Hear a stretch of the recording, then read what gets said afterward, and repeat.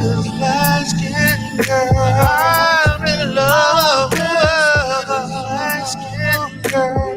Never talk with his light-skinned girl. I'm in love.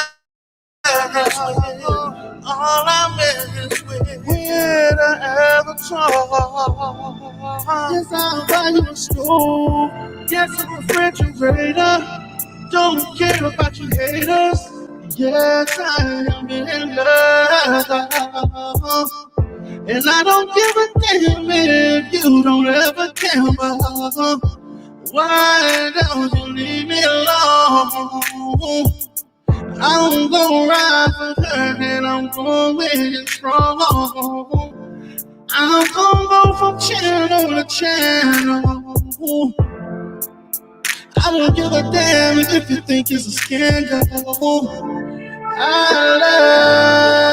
love light-skinned girls.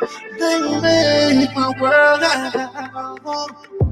All I mess with is light-skinned girl. I'm in love with a light-skinned girl. Never talk. All I mess with is light-skinned girl. I'm in love with all I mess with an avatar. Yes, I'll buy you a stove. Yes, a refrigerator. Don't care about you haters. I don't care how stupid I look. I have a form and I'm more than got me sure. I'm gonna travel across the Atlantic. They goddamn G.I. made it candy. I almost lost it to a game changer, but she turned them down. She want a big ass black ass favor. All ass with a light-skinned girl. I'm in love with a light-skinned girl. Never talk. All ass with a light-skinned girl. I'm in love with all I miss with an avatar. Yes, I'll buy you a stove. Yes, a refrigerator. Don't care about you haters. Chick got you looking stupid. Got a nigga looking crazy. I already knew you were shady. Streaming content is lazy. When a bitch jump on a panel, it get too hot to handle. Superman come to the rescue. A nigga know that it is true. Sipping hard. Oh my God, you nigga form animal right. A motherfucking fantastic fraud. A motherfucking fantastic fraud. Motherfucking fantastic fraud. A motherfucking fantastic fraud. All I mess with is light-skinned girl. I'm in love with a light-skinned girl. Never talk. All I mess with is light-skinned girl. I'm in love with all I mess with an avatar.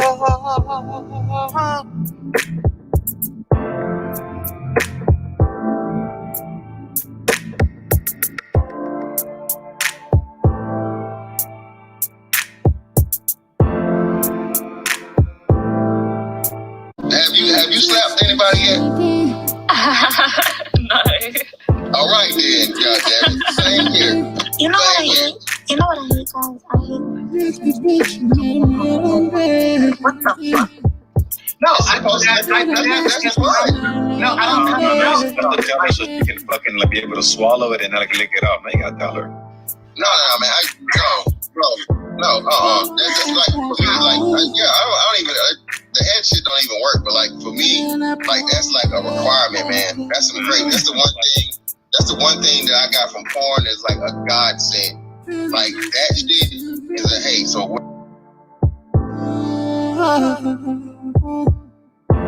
Blue pill, simple, fantastic, simple.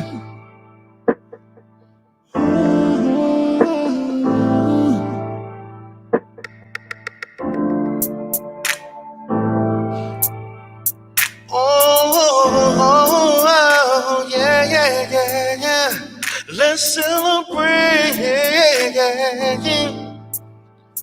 all the dark-skinned ladies, all my dark-skinned queens. Oh, yeah, yeah. Give me something like love, wisdom. Give me something like that, baby. Give me something like Atlanta Angel. More like Kendra did. Give me something like Faith, baby. Give me something like Elise. Give me something like Crystal. Let's learn about Crystal. Give me something like Bayou Bunny. More like Concrete Rose. Give me something like Sister George. More like Dusty B. Give me something like Tasha K. Layla Lynn. Oh yeah. Give me something like King Ghana Girls. Give me something like Rashida, baby. More like Rashida, baby. Give me something like Rashida, baby. More like Rashida, baby. Give me something like Rashida, baby. More like Rashida, baby. Oh, like Rashida, baby. Rashida, baby. My dark-skinned queen. Oh, oh, oh.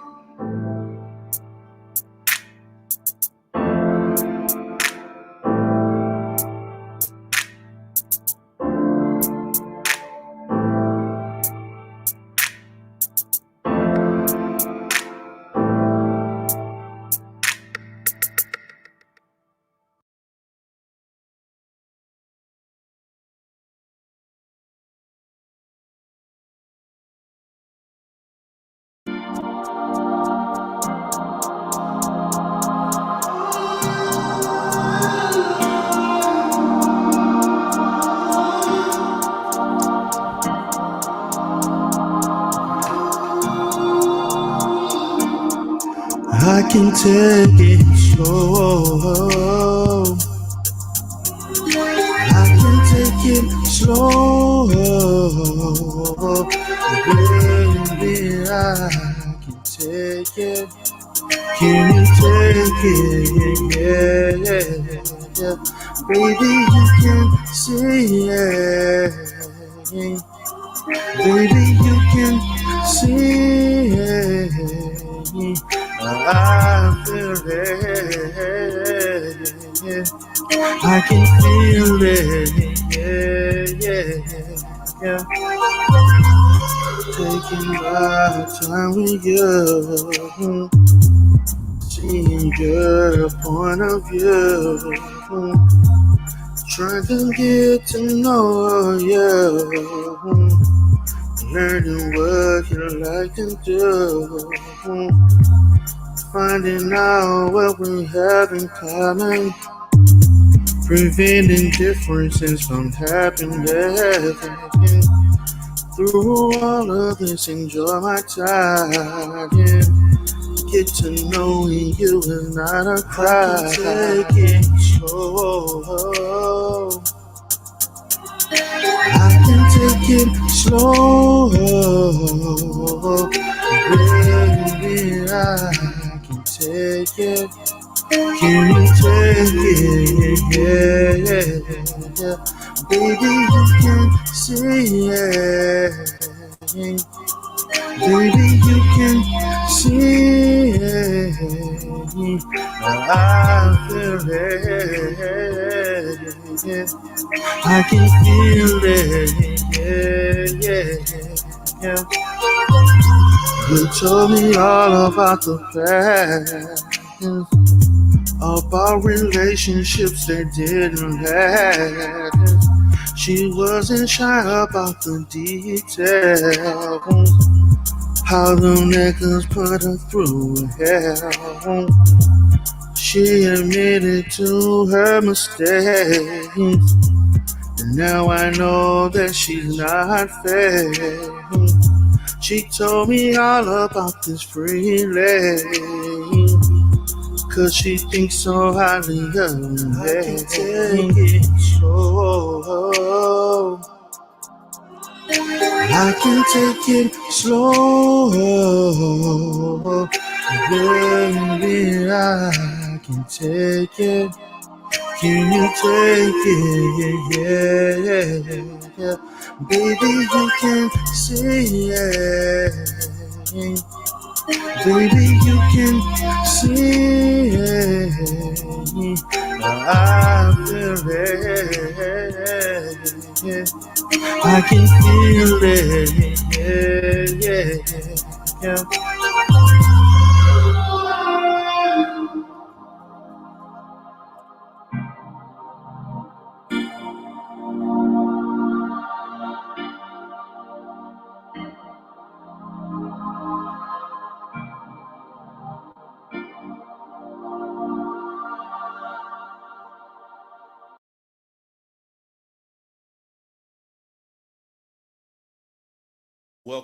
Welcome, everybody. This is D. Durrell with the Conscious Clientele, simulcasting once again from D. Durrell, the Rebirth.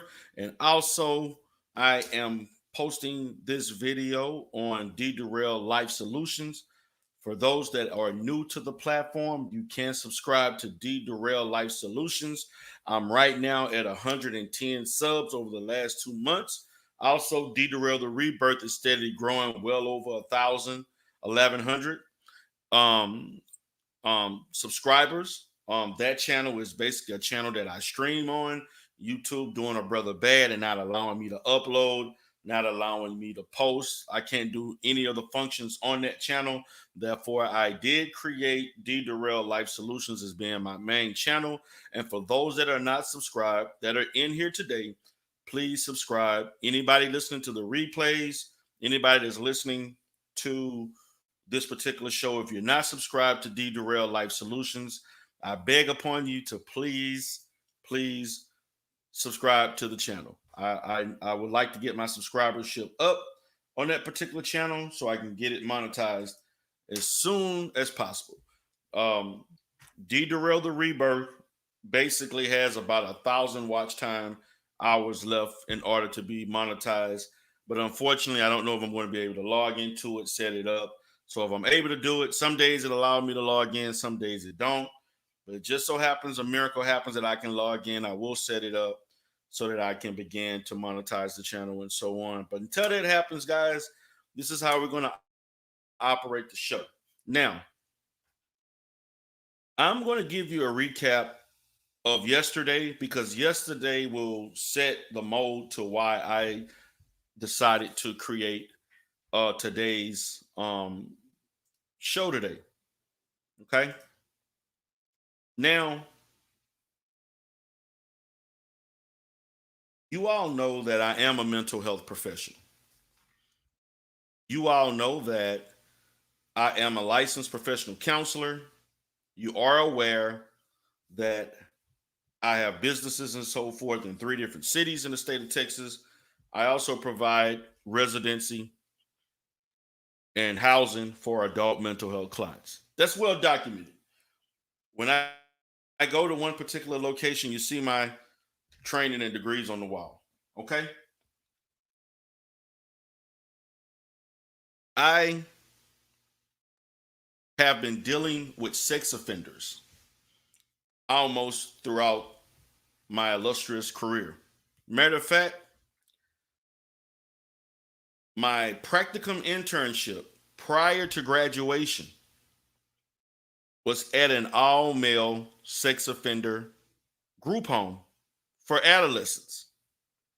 These are adolescents who were deemed as socially deviants because they had sex with kids or even older kids. They were teenagers. Let's say you're a 16-year-old having sex with a 19-year-old, 12-year-old. These were sexual predators. Okay? A lot of these kids were not remorseful for what they did. A lot of these kids were actually victims at one time, meaning that the abuse that they caused somebody else, they were actually victims of that at an early age. And when someone is victimized and consistently victimized and are not seeking the proper treatment, in their mind, as they attempt to make sense of that and process it and question it, in many ways, they will begin to try to normalize that behavior and think that it is okay. It is appropriate to act out the same behaviors that were bestowed upon them to another individual. Okay? So when it comes to things like this, I know what the hell I'm talking about. Okay? I have treated kids, adolescents, adults of all ages who have struggled with the fact of being physically, sexually abused. And along with that comes psychological abuse and verbal. I understand, whether it's treated and untreated, how this can also contribute to other mental illness. It contributes to post-traumatic stress disorder. It contributes to bipolar disorder or major depressive disorder. It can also contribute to personality disorders, particularly for those that have been abused throughout all of their childhood. It can cause disassociations with reality, in which they may psychologically repress the trauma. The trauma is so painful for them to verbalize, to act out, in which I engage in what's called therapeutic role play or theraplay or art therapy, music therapy, and whatever means that it would take for them to express the events. I am certified as a trauma-focused cognitive behavioral therapist.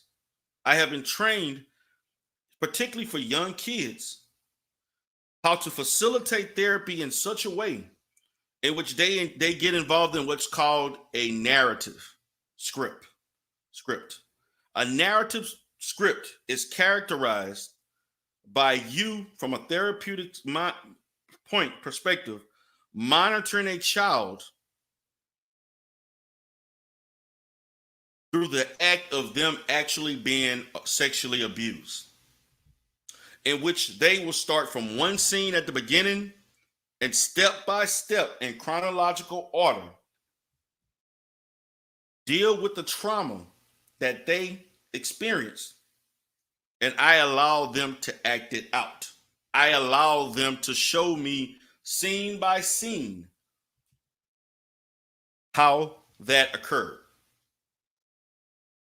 In this is some of the most difficult therapy that any therapist would have to undergo, because you're seeing kids through a narrative script narrate and highlight how they have been penetrated, how they've engaged in oral sex and anal sex, and acting out all type of horrendous acts with adults. And I have done this, and I have engaged in this type of therapy with children for at least 12 years, about 12, 13 years. And I have seen how kids go through the pain and agony of trying to verbalize and to express what was done to them. Some, it may take months for them to go through the whole scene or scenes. Some, they can do it in 1 day, in one session. Some 5, it all varies based on that person. I use play therapy, in which I have would create scenarios of how they play with other kids, because kids who are sexually abused, they may play it out with other children and think that it is something that we can do. And you see this man on the right here, to your right, with the bald head. This despicable ass human being put a child, teenager through that. So now that child is scarred for life and has to engage in trauma-focused related therapies in order to deal with this for the rest of their goddamn life. Some are able to go through it and heal from it as adults and learn to live with it and not allow it to affect their everyday life. Yes, mommy, I did use drawings, I did use dolls and art therapy and play therapy. But in doing a narrative strip, you can also use that. But in the dolls, that's just another method. But the narrative scripts involve you acting out the scenes, or you can draw out the scenes. It all depends on what the child is comfortable with. Now, I'm going to let you listen to this man here, Hardcore Tito, quote unquote, one of the leaders, first people into the Manosphere, okay? Who's the Manosphere, who is revered by imbeciles as being a man of great integrity and knowledge and understanding, and a person that can drop a lot of knowledge about black females. I want you to hear this idiot named Black Ram 313 who had the bright idea that I should be the first one to let me interview Hardcore Tito. Everybody wants to see this. You see, this is the mindset of the Manosphere. This is the low-level thinking of low-level people who in any way refuse to postulate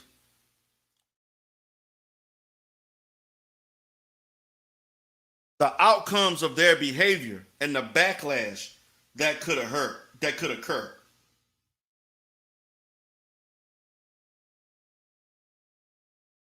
This person had the audacity to talk about the black manosphere is going through a period of decadence. It's if you're in any position to talk about the moral decline of anybody,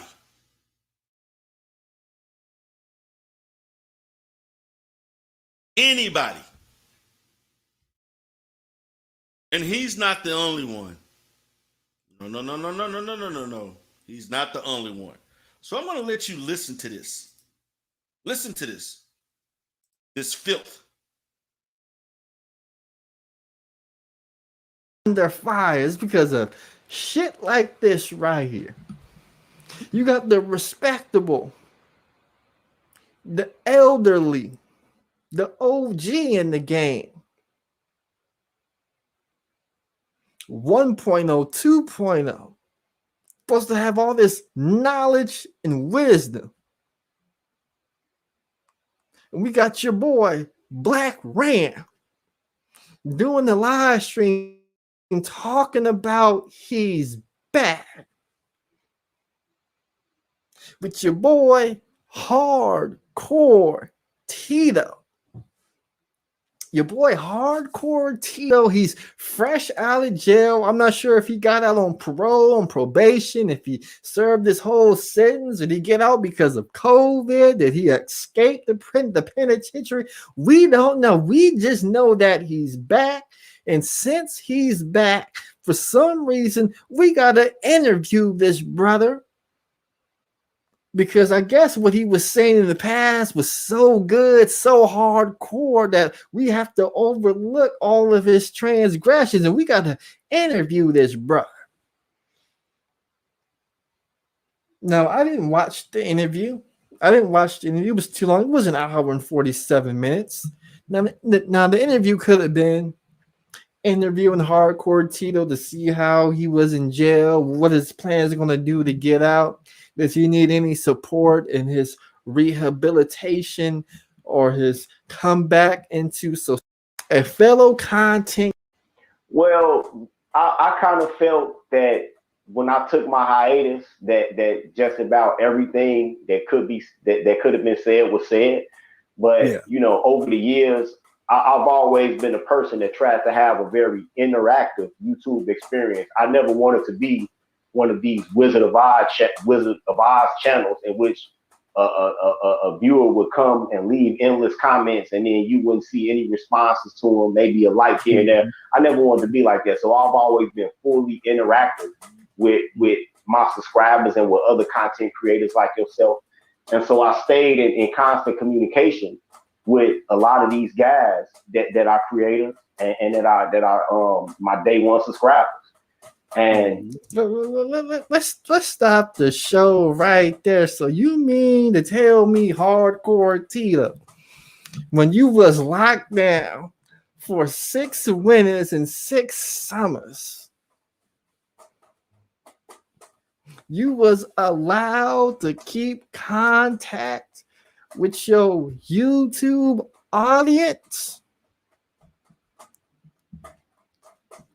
You mean you wasn't worried about self-reflection, self-rehabilitation, getting your mind right, your body right?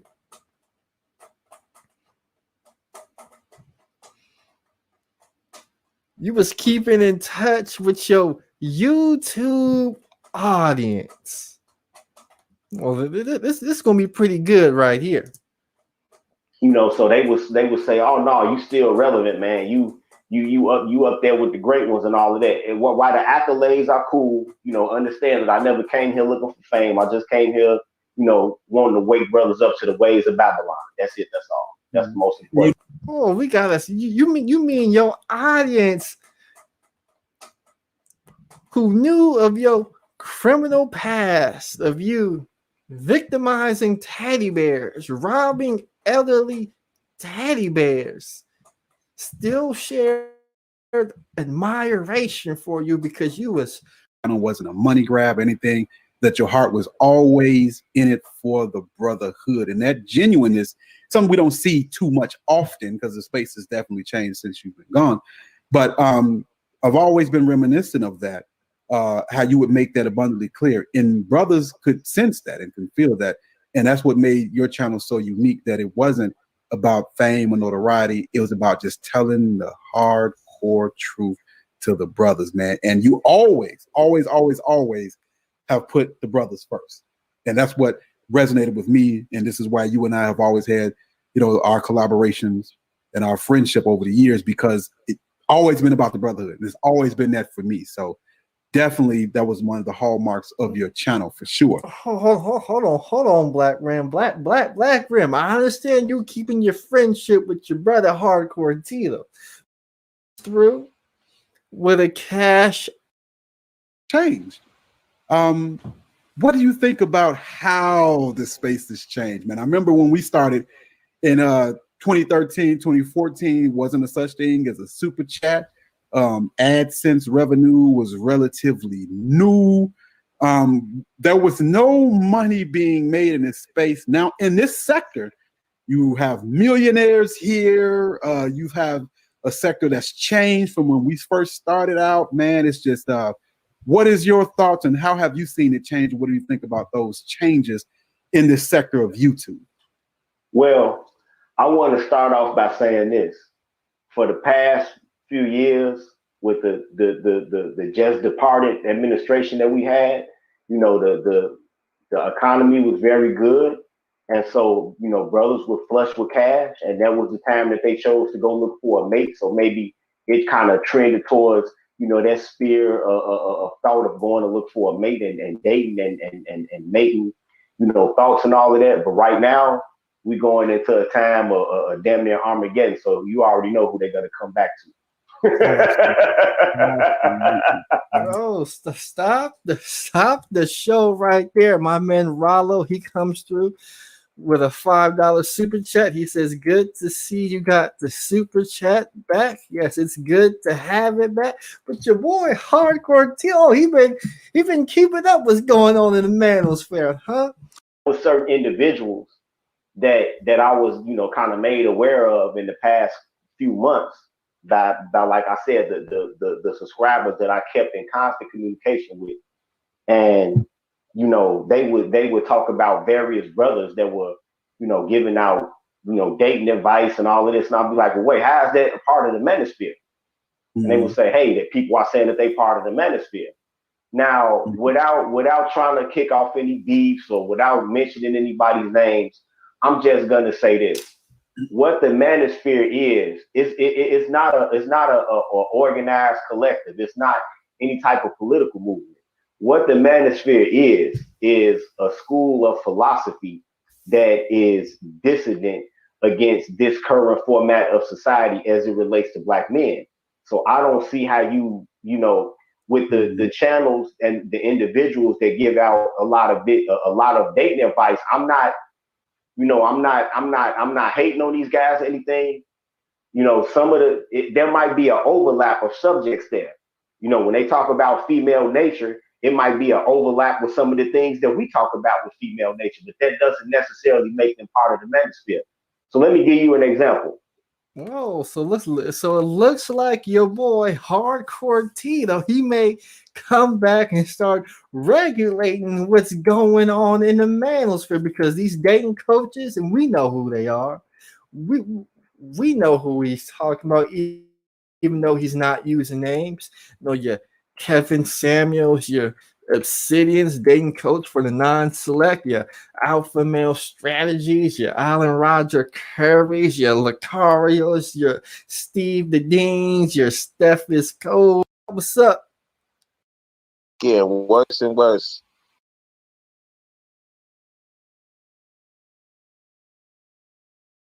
Now, let me stop right there, because you just heard it now. This is a man who has spent years in prison,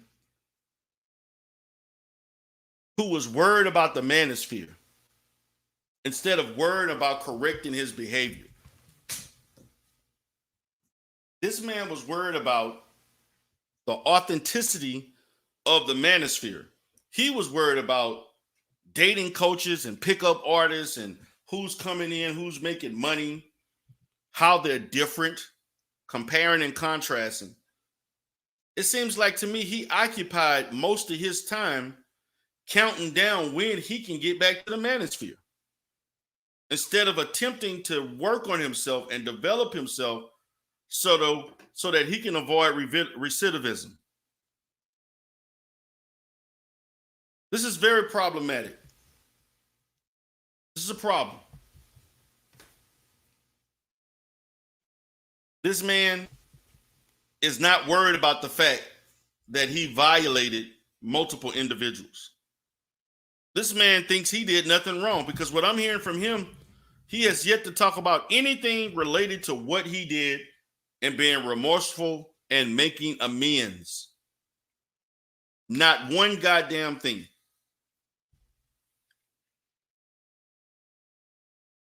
I'm going to be honest with you guys.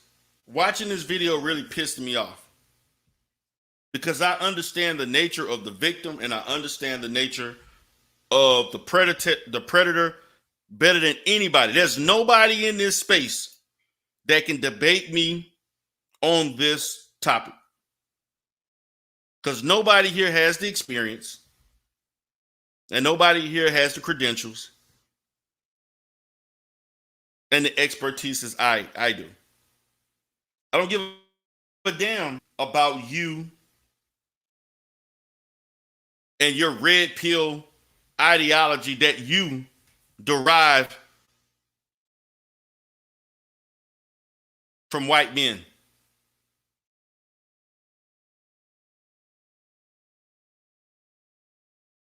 I had to sit and listen to this. Now I'm going to let you listen to my response.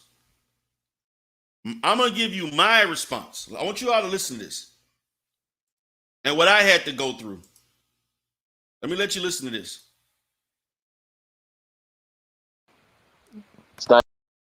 I'm a man that's actually lucky that is somewhat conservative. And for us not to understand the mindset, a person like myself who actually works and deals with kids who've been abused sexually and who have been traumatized for the rest of their lives, and some to the extent of them having sexual identity issues and sexual issues and so forth, I find it very problematic that in this day and time, this guy, the things that he's done, which he has done multiple times, is able to ease back in to a space and pretend nothing happened.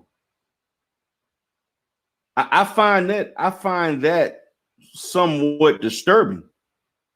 And that interview, which I actually just listened to that interview a few days ago because I learned from another YouTuber that he was actually interviewed, because I had no idea he was out, but I heard people saying it. And I'm like, this guy has done this multiple times. This man has been incarcerated for 7 years. And the way he appears in that video and so on is no way of I am a man that's actually lucky he survived for what he did, would be on YouTube talking about the things that he's talking. That should be the last thing on his mind. What he should be doing is seeking sex offender classes and therapy to heal that he doesn't repeat these behaviors over again. And what I'm seeing on this video and with the in this interview is if you mean to tell me you're in prison and you worrying about subscribers? Yeah. Are you fucking kidding? Are you fucking kidding me? You worrying about what your subscribers are telling you about a internet community? Yeah. You should be trying to rehabilitate and seek whatever mental health services that you can seek in prison so that you don't repeat the same stuff that you did that put you there in the first place. So that lets me know his priorities are really fucked up. I hate to curse, but it's kind of angering me. And for Black Ram to sit there and interview this guy, to me, that says a lot about him. I've never been a fan of his, and I don't care who's a fan of his that may go run and tell him I really don't give a damn. You can tell him whatever you want. I don't really care. He's irrelevant to me. But the fact, because this goes beyond that. This guy interviewed this man as soon as he ain't been out that long. So you sit there and interview this man and don't ask any of the questions that relate to why you've been there in the first place and how you're going to go about trying to make good actually to the people that you harmed, or actually trying to revitalize your life. And you're going to sit here and talk about what my subscribers said, and this is what's that. And you want to talk about, you have the audacity to talk about decadence, moral decline. You're in no position to talk about anything being decadent. Are you serious? Well, yeah. Well, if Hardcore Tito is able to keep in contact with his audience, keep everything back up, when he come out of prison, he could drop YouTube, he could collab with different people in the Manosphere. They could all get Patreons, get donations, get AdSense money, and so it's all good. D. Darrell, Grandmaster Troll. Man, that's bullshit, man. Disturbing. This is very disturbing. That's bullshit, man. Very disturbing, Grandmaster Troll. And I'm gonna tell you something, man. Hey, if they want to do that, they do that. But it goes to show you the lack of respect that they have for people that's trying to show them the right way, trying to get them out of the situation that they is. D. Darrell got a profession going on. And then you got people disrespecting him. You know, going in on him, won't support what he's doing to the fullest extent. And he's not even asking for the help, but it would be nice to see contributions go to him because he's in that field. But it goes to show you, like I said, on one of my lives, the black devils. I'm not thinking about the other devils. We got the black devils roaming around, so-called black men, creating heinous crime and getting rewarded and supported more than people that's trying to help what's left of the thinking black men and black women on this planet. The world is watching, and they seen us demising ourselves to the lowest of the low. When you got people saying they rather be around animals than you better start taking that very serious. You got people saying this from other parts of the world and inside of America. Say they rather have animals around them. We're gonna put them under the bus. I don't think it's gonna be a big party after, but we got Misogynoir in the building. Now, guys, I want you to listen to this coon. I want you to listen to the people that are going to get on the panel and listen to the ignorance that these people will say, and my response as follows. I see him around on Bernard Riley's panels the past couple of weeks. Tell us what's on your mind.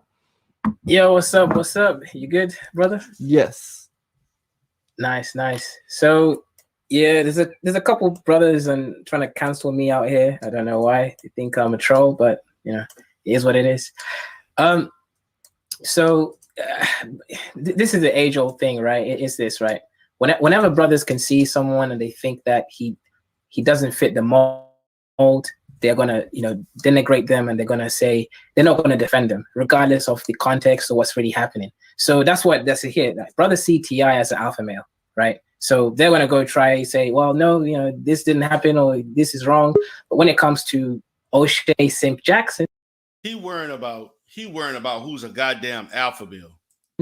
Brothers are gonna take a different route because they don't respect him as much. This is a respect issue, not really much to do with the truth or anything. Brothers' minds don't really think that logical. I'll give you a perfect example, right?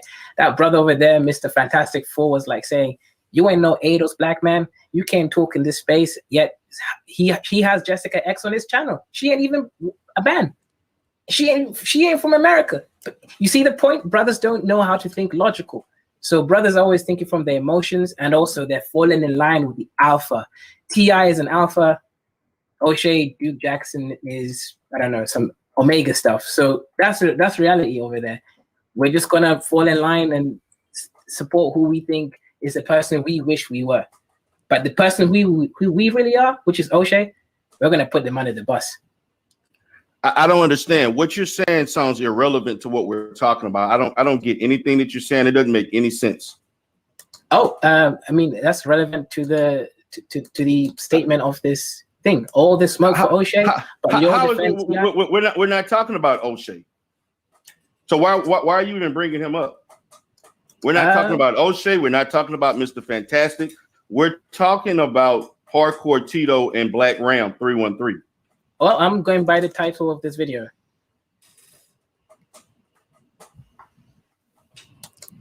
Even though that's not what the conversation, what was being, the conversation has been about. Interesting. But that's the title of the video. It's troubling, guys.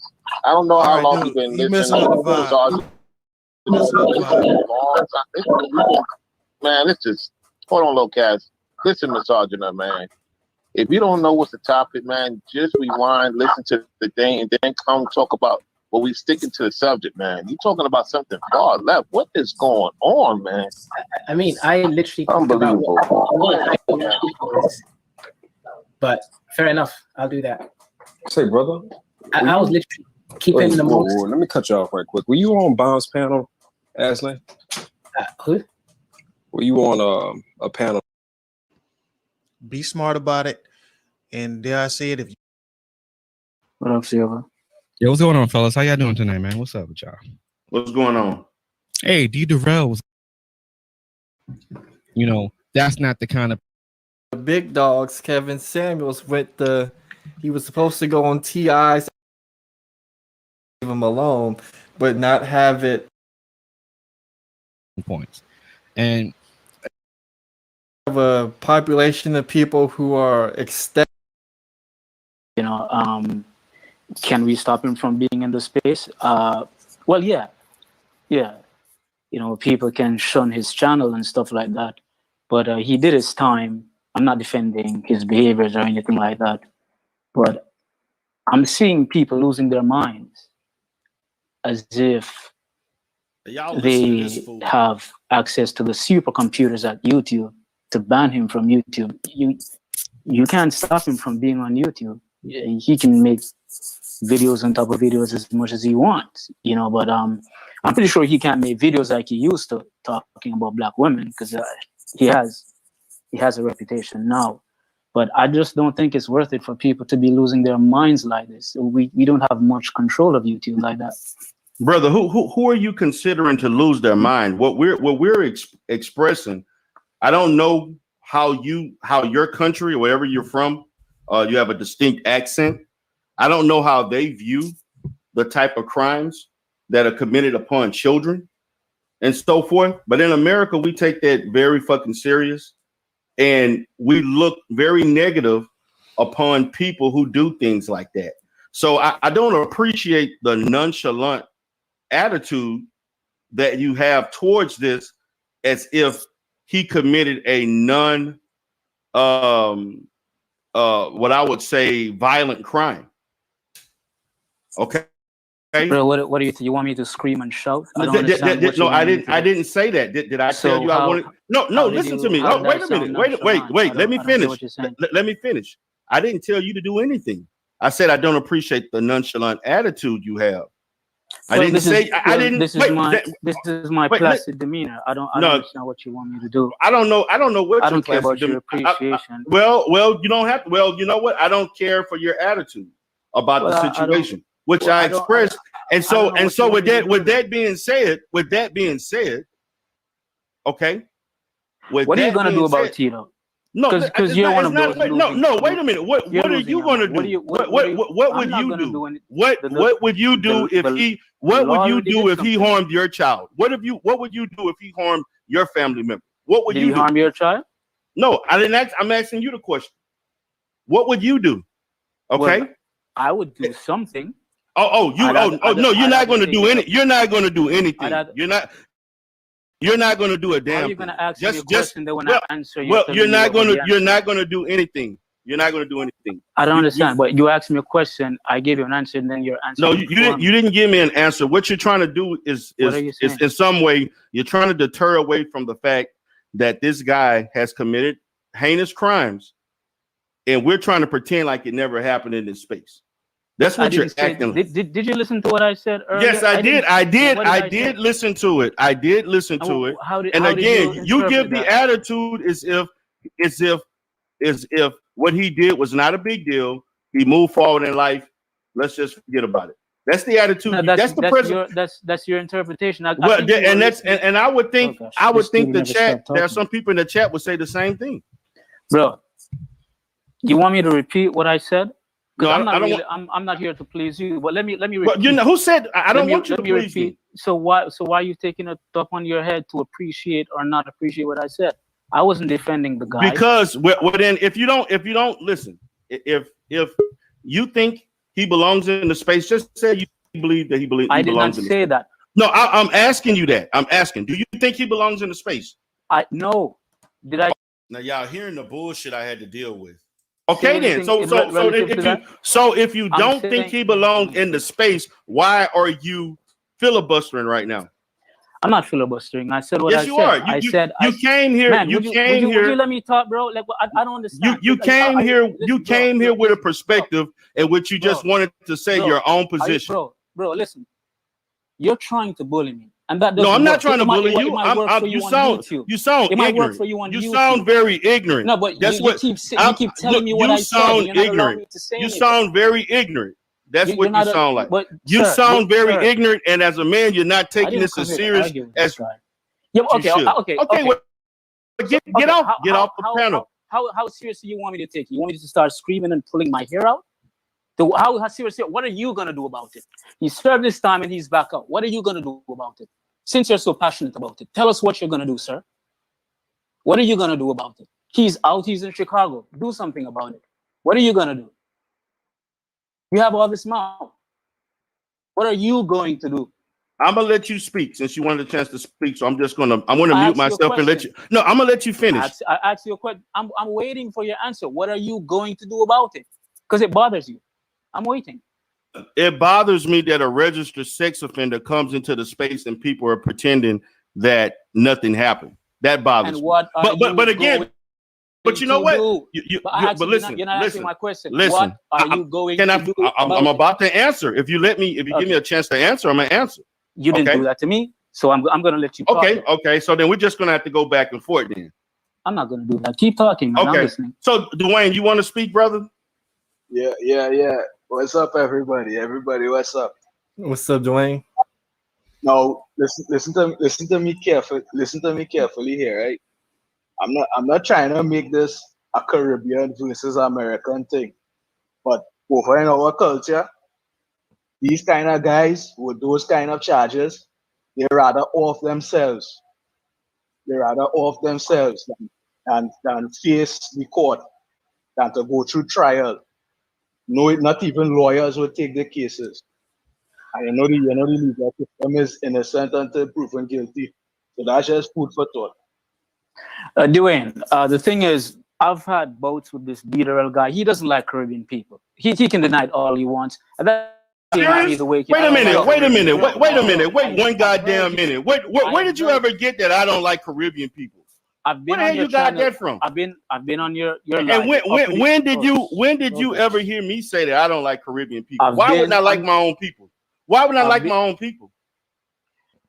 Why wouldn't I answer? Why wouldn't I like my own people? Just let me know when I can answer.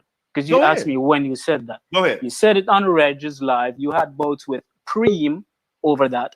Myself and Preem was on there when you was calling Caribbean women and African women dirty feet on Reg's live. I did not. I did not call Caribbean women. I did not call Caribbean or African women. What I did do, since you want to know who I call dirty, because I do use the term dirty feet foreign women. I was talking about women of other races outside of the Black diaspora. I did not talk about women that are in the diaspora or the Africa. Correction. All right, I'm not gonna go back and forth. I've never spoken ill. I never speak anybody that knows me. Don Cardito was. I don't care who. I don't care who was there. I never spoke. So this is what this is about. This is the fact that you're upset with me because you're offended. You're offended that I talk ill of people, certain people. What are you gonna do? That I was talking about Caribbean people. No, that's what you're talking about. Hey, listen. If you wanted to make that the issue, just say it. What are you going to do about it? No. Listen, if you want to make that the issue, just say it. If you want to make that the issue, just say it. I don't have an issue. Like I just told you, what I'll do, I don't come at you. I don't even know you. Matter of fact, I actually forgot about that actual. I actually forgot about that little argument that you're talking about. But I'm gonna say this. What I'm gonna do is, any guy that interviews him and say something, I will make light of it and talk against it on my channel. That's what I'm gonna do about it. Now. Okay, and that mirrors what I was saying earlier, that if you guys don't want him in the space, you can shun him. That's what I said. So I don't know why you're coming at me. I'm being logical here. No, you're not being logical. No, you're not. Let me just say this. To all you guys, that is a good. I find that is a good resolution, because what Kevin was saying was that whatever consequence that people want to derive from all of this, they could go through this. And Darrell said, go for the guy and torture him. So what can you do? Just shun him instead of losing your minds. That's really what I was saying. I don't know why nobody is losing their mind, brother. Nobody's losing their mind. Yeah, but what I'm saying is, listen. Okay, go ahead. I'm not gonna say nothing else. Go ahead. I'm saying that's all I was saying. Nothing. Okay, you said it. How many times are you gonna repeat that? All right. Let's move on to Super Sly. He's in the building. Well, how you doing, man? How you doing? Hey, I heard about this topic. Hey, what's happening, everybody? Panel chat. Wow. In the Manosphere, if you fuck with niggas like that, they have a code out here, targets and shit. No, if you don't call the shit, call the fucking shit out. Person that co-signed, uplifted, and female children. I'm coming here for fun, recreation, to chill and talk to other people, and I'm seeing people act almost the same way as I would see people in real life in therapeutic situations about somebody that did something of this effect. And we're going to come about and say, let's just let bygones be bygones. He did his time. Let's just move forward. You can't really stop him, which I can't. But at the same time, I can voice my opinion. But the fact of the matter is that I'm shocked to hear anybody talk about why are we even discussing what we can stop? And it's almost like we're trying. It sounds like people are minimizing what he's done, and as if his trial to society ends because he is no longer doing time. No, that's something you wear for life. That's for life. Used to be a scarlet letter back in the day. Yeah. So if that's the case, that was C over. Yeah, he had something looking at me or questioning me. yeah, I think he might have to. Well, here's the funny thing. What I'm saying is, we're just gonna have to be a little bit more vigilant. You know, we just have to be a little bit more vigilant and resilient. So when we find out about these guys, we can shun them out of the space, because there's very little that we can do as a people. Because a lot of these guys, we can't see them. You know, it's not like they're in your sphere physically, but you can do something. You know, so we just have to be on code, or you guys just have to be on code then, you know, and be ready to shun these guys outside of the space, because I'm pretty sure everybody agrees that nobody wants that stigma on them to be hanging around somebody who's guilty of these heinous acts. You get what I'm saying? Yeah, and don't, you know, don't tiptoe around it. Because a lot of people kind of tiptoe around it, and that's what escalates the problem. But that was the fabric of the interview. It was they tiptoed around the elephant in the room. Exactly. Yeah. Well, exactly. Yeah. Darrell said, "That's just what it is. People are going to support. No, it don't matter if hardcore Tito killed their own mom. They still going to support." Or the Empire State Building and beat their chests and say, "I'm not fucking with that." Like, why we have to be emotional about shit? With the stupid people. Everybody who has an issue with Tito in the chat, why don't you people go do something about it? I heard he lives in Chicago. Where I come from in Jamaica, we don't deal with what if. If you're about it, you're really about it. So everybody can have this tough talk on YouTube. I'll do this if and I'll do that. Well, go do something. Well, you come across as if you don't have a problem. They said he raped. No, what I was explaining, of course I have a problem. That's why I said they should shun him. But I'm just saying, I don't understand why people are losing their minds. The reason being is because there's very little you can do. It's just like you're killing yourself over something you can't control. So that's why I said, all you have to do is to shun him out of the space. That's what I said. But people are looking for me to come on here and scream, "I don't like that nigga." Nobody asked you to do anything. You came up to do what you wanted to do. I'm not talking. You came to do what you wanted to do. I'm not talking about you. I'm talking about. No, I didn't know. I know you're not talking about me, but I'm giving my observation. Yeah, but you did what you wanted to do. You came to do what you wanted to do. So you did exactly what you intended to do. Yeah, but you did what you wanted to do. Yes. So what I'm saying, what is wrong with what I did? Did I support him? Yes or no? Well, what's wrong with what I did? No, I'm asking you. Did I? No, I'm asking you. You came and you voiced your opinion. You didn't do anything wrong. You didn't say anything wrong. Okay then. Okay. So what's your point? I'm asking, but you so what is your point against the people? If this is America. If we want to scream loud and say whatever the hell we want to do, and that's their reaction, they're entitled to their reaction, just like you're entitled to yours. So you can't, just like no one has a right to tell you what you should do, you don't have the right to tell us what we should do. I didn't say what they did was wrong. I don't.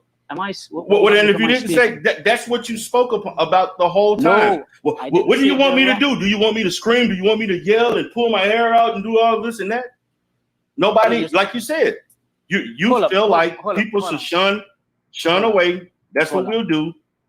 If we want to act out in another way or whatever, then that's our choice. Yeah, you can do that. You can do that. You have every right to do that. So why are you repeating? So why are you repeating the same stuff over and over? We already heard this. I wasn't addressing you. I was addressing something in the chat, and you jumped up and started talking because you never. Yeah, because you repeated the same rhetoric. I'm not talking to you. You repeated the same rhetoric.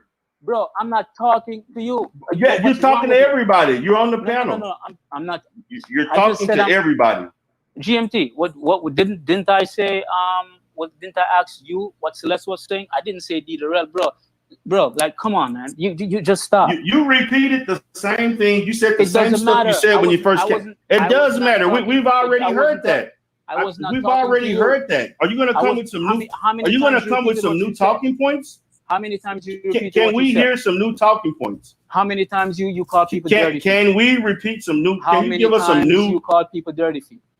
How many times? A bunch of times. I didn't call Caribbeans dirty feet. I called Colombians, Brazilians. I called people from Thailand and China and so forth. I didn't call any Caribbeans. I never called an African, and I never called a Caribbean dirty feet. And actually, that's the issue. Won't you just say you don't like me because I called them dirty feet foreign women?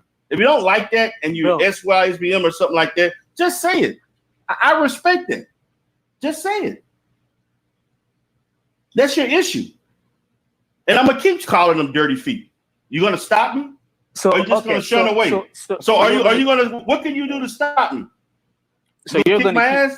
Are you gonna? No, just like you said, I'm gonna apply your logic to me. What are you gonna do? Are you gonna stop me from saying dirty feet foreign women? I don't have an issue with what you're saying. Okay, then so why are you commenting? Well, you obviously did. You said you argued with me. You brought up the instance where you were on my platform. You brought up the instance of you and Preem on Red's back. You're the one who stated these things. I didn't bring up any of this because I forgot who you were, to be honest with you. I don't even remember. But now, since you brought it up, I do remember. You made a point to bring up this example. So I'm just basically making note. It's nothing you can do to stop me from saying dirty feet foreign bitches. Stop me from saying what I'm saying. So, and I'm not. So no. I mean, I'm just saying. Okay, man. This guy is an idiot. Yeah, no, you're an idiot. You're an idiot. You're an idiot. You're an idiot. All right, guys. All right. Do you ever final stop? words. You're not making final words. Grandma supposed to say final words. Rallo, you can leave this is not your chat, man. Bro, what are you saying? Like what are you saying? Do you ever shut up? Do you ever shut up? You keep talking about dirty foot people. I don't care what you want. Why are you bringing that up? That was irrelevant to the topic. You came on here saying things that were relevant to the topic, and now you're continuing to be irrelevant. So you're just an irrelevant Negro. Will you let me who tell just you why? Constantly say of things that are unrelated to the topics in the conversation. Will you let me tell you why? You did that from the start, and you're doing it from the beginning to the finish. Okay, will you let me tell you why I said it? Because you said I came here and I said something that people heard before. So I'm saying to you, we've heard you say dirty feet many times, but you still say it. So how are you judging me for repeating what I said? That's the reason. That's the reason I brought that up. Just get it out. Just get it out. That's the reason I brought that up. You finish. You all got your panties in a bunch because I offended you. Okay. I offended you. So what? So what? What you gonna do? You gonna shun me? What you gonna do? What are you gonna kick my ass? You gonna shun me? What are you gonna do? What are you going to do? If you have an issue, Kevin, with Tito, are you gonna go to tell? Are you gonna go to tell between your legs to Benoit Riley and other people and tell them what you did with your interaction with D-Darrell? That's what you're gonna do? No, you're not that important. If you no, you're not that important. Nobody knows you. They know me far. A lot more people know me than they know you. Okay, Please, fine. Stop it. But if you have an issue with Tito, you go do something about it. You can't turn. If you got an issue with me, do something about it. I don't have. If you have an issue with me, do something about it. I don't have an issue with you. Okay, then. Well, listen. But you I'm gonna say, look, man. You should have stayed on topic, brother. You came in here to run your mouth. You came in here to run your mouth and not stay on topic. Do you have an issue with Tito? Do you have an issue with Tito? Yes, I do have a problem with Tito. Go do something about that. I just told you what I would do about it. I told you that 20, 30 minutes ago. The guy lives in Chicago. But I'm asking you what you're gonna. You said you have obviously you have a problem with me that you brought up. You obviously have a problem with me that you want to bring up your participation on my panel and on Red's panel. So what you gonna do about it? There's nothing for me to do about it. You're not gonna do a damn thing. That's what you're gonna do. There's nothing to do. It's not that serious, bro. I know it's not. So that means you shouldn't speak on it. All right, if it's not that serious, let's move on to the final thoughts. Then we're gonna go to Rollo. Now, guys, I want you all to pay a close attention to what's getting ready to happen. Now, I'm here just literally minding my business, letting everybody speak their mind, and watch how I was rudely interrupted by a 5-time felon who's a domestic abuse perpetrator. Listen to this. Final thought. Go do something. Go find the guy and do something about it. Be about it. Stop talking all this shit in the chat. That's all I'm saying. I have an issue with it. I'm not going to have him on my channel. There's nothing you idiots can do. Because if you try to kill that guy, you're going to prison. If you try to harm that guy, he'll probably shoot some of your asses. Because a lot of you guys are just all bite, no fucking bark. A lot of you never bust a grape in no food fight. You just type behind your computers and on your phone. You can't do a motherfucking thing. It don't make sense. You pull your hair out over something you can't control. So all you do is you do what you can do. You shun the guy. That's all I'm saying. You fucking idiots. Yeah, listen. Anyway, GMT, I'm out the there. idiots. All right, peace, Kevin. All right, I'm gonna go next. Now listen to this, so guys. Listen carefully. Appreciate you for bringing me on, GMT. I always loving your content. You know, definitely. I'm gonna say this, man. It's a damn shame that a man that has been convicted twice and found guilty, and we got people still using the word alleged to the crimes that he committed, and that goes to the disingenuous of certain people that were on this panel, and the mindset of certain people in this space who will basically look over this person's body of work that led him to this point. I'm going to be one that will do content on people that do put him on their panels or they interview him as if this is supposed to be cutting edge, entertaining content to look at, particularly if they're not going to ask him any questions related to what he's done. And so I think this speaks very negative of the Manosphere itself. And I just think that it's not a good look. And it gives the space another black eye. And I'm just like, man, it's time for guys to wake up and at least try to look past. Listen to this, guys. Look at things for what they are, not for the sake of you being on the internet upholding to a certain field. You a lame ass nigga. Man, but look, man, I'm not even talking to you, man. Get your look, man, GMT. I'm trying to, man, forget you. Look, dude, man, I ain't got time. Sit your lame ass, Negro. You lame. You lame. You another one that don't belong here. You got a long ass rap sheet. You another one. What you gonna do? What you gonna do, dude? What you gonna do? What you gonna do? What are you gonna do, Taz? What you gonna do? What you gonna do? You another one that got a long ass rap sheet that need to be out here. Negro, you ain't nobody, man. If you gotta continue to call yourself the GOAT, when you gotta continue to call yourself the GOAT, that means that you're not the GOAT. Because you gotta validate yourself. Let other people validate you. Let other people validate you, brother. If you such the GOAT, let other people tell you the GOAT, dude. You have no skills. You have no relevance to the black community. All you do is do that Google. All you do is do Google book reports. That's all you do is Google book reports, and you call it history. You call it presentations. That elementary ass shit. Sit your ass down, dude. Man, you come up here trying to blow up the spot. Look, dude. Look, man. Nobody in here talking about Umar Johnson. Nobody in here talking about Umar Johnson. Your goofy ass don't even do research on people. You try to do some shit on Shock and Raw. You didn't even have the proper information. You the pussy. You the pussy coming up here. That's right. Yeah, you know, hollering and saying you can't even hear your ass.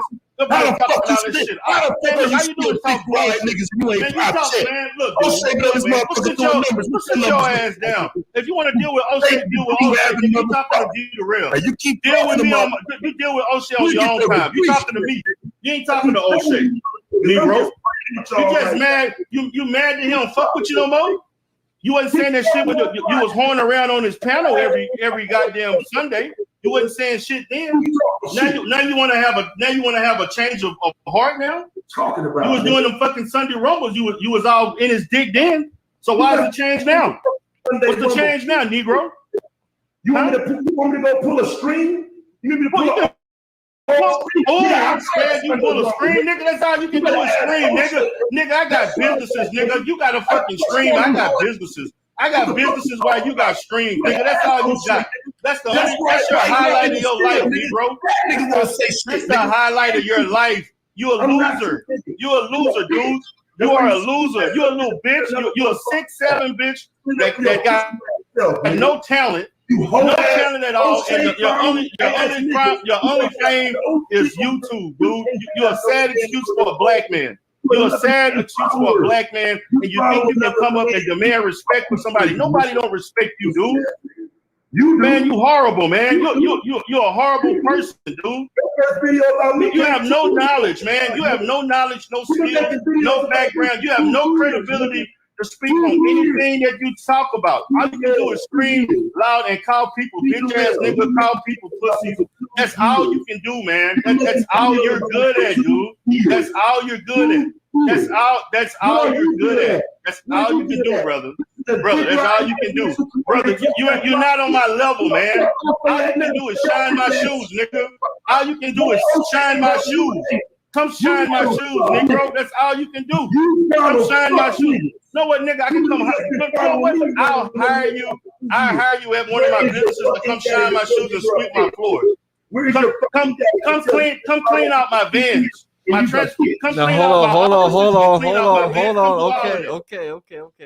We just had Negro. You and your skanky ass wife. Okay. Spiritual wife at that, nigga. Nigga, both of you, nigga. You don't want to fuck with me. Come on, yeah. Nah. Where you at? Come see me.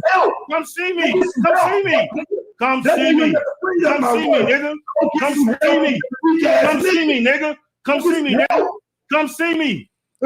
That's what I thought.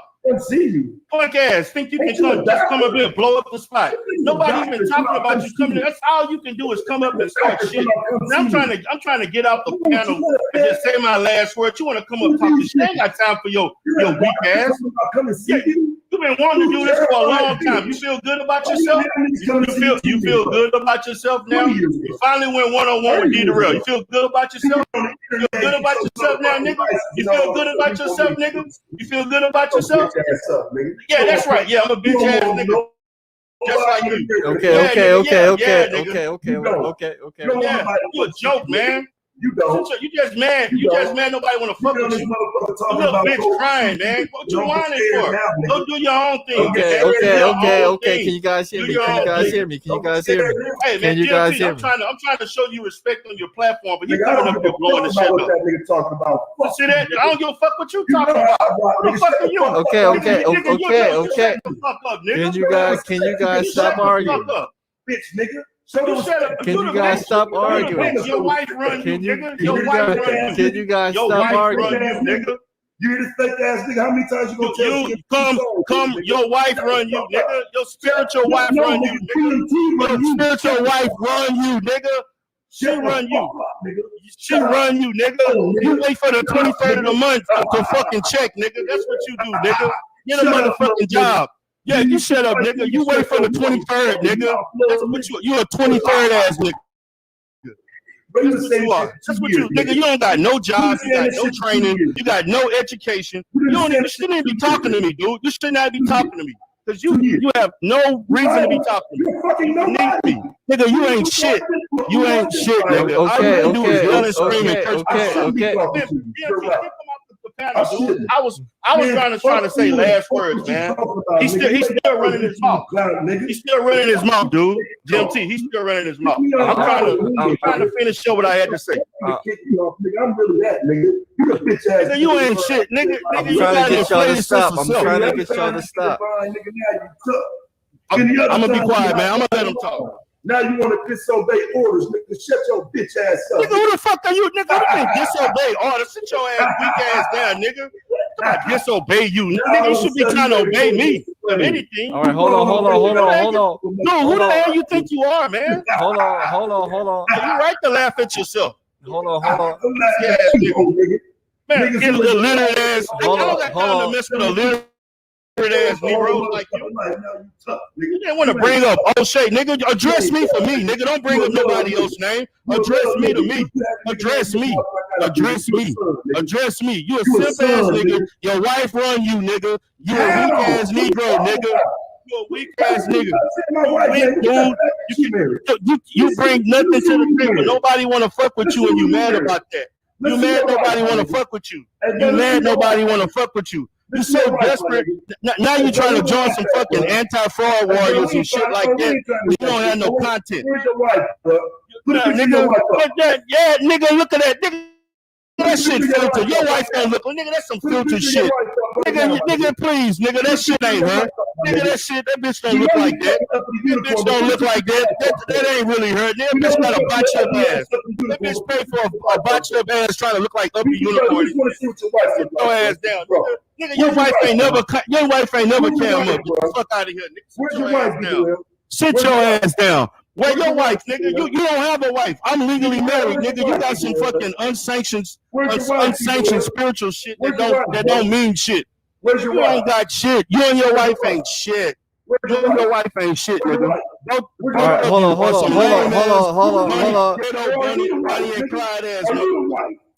Hold on. Both of y'all ain't shit, nigga. You ain't even married. D-Darrell Taz. Hold on. O'Shea sent the $5 super chat. He says he's the most talented person in the black YouTube. Don't be mad at the haters. Yeah, nigga, you hating. Hating ass niggas like Taz. Hating ass niggas like Taz. That's what he say to y'all little niggas. I'm the most talented. Talking to you. He talking to your ass. And the last time I was here, nigga, you saw what happened, right? Then we had Life for Business and said LOL the Black Manosphere. I'm back. All this nigga do is yell, man. This nigga is delusional. This is a delusional ass nigga, man. I'm trying to listen to Taz's opinions on the topic. When I came back to that audio, it was cool. Nigga, I'm back. The rest of these niggas want these. Nobody want to be convicted felon. Please, nobody want that shit was chopped, nigga. I'm back, nigga. Nobody want to be a convicted felon. You went to jail for beating up bitches. Nobody give a shit about you, nigga. You ain't shit. You a bitch ass nigga. That's what you are. You are beat up, nigga. That's what you are. You a bitch ass nigga. You a bitch ass nigga. You are a bitch ass nigga. Bitch ass nigga. Hold on. Bitch ass nigga. They show your son. I'm trying to listen to Taz. They show you. Bitch ass nigga like Taz. Bitch ass nigga named Taz. Bitch ass nigga named Taz. Bitch ass nigga named Taz. Bitch ass nigga like Taz, nigga. You are a bitch ass nigga. Your wife run your motherfucking ass, nigga. You ain't no man. You got a pussy between your legs, nigga. You got a pussy between your legs, nigga. She got the dick. She fucking you, nigga. She bending your ass over. Nigga, that's what you are. You a 6'7", powerful nigga, no talented ass nigga. That's what you are.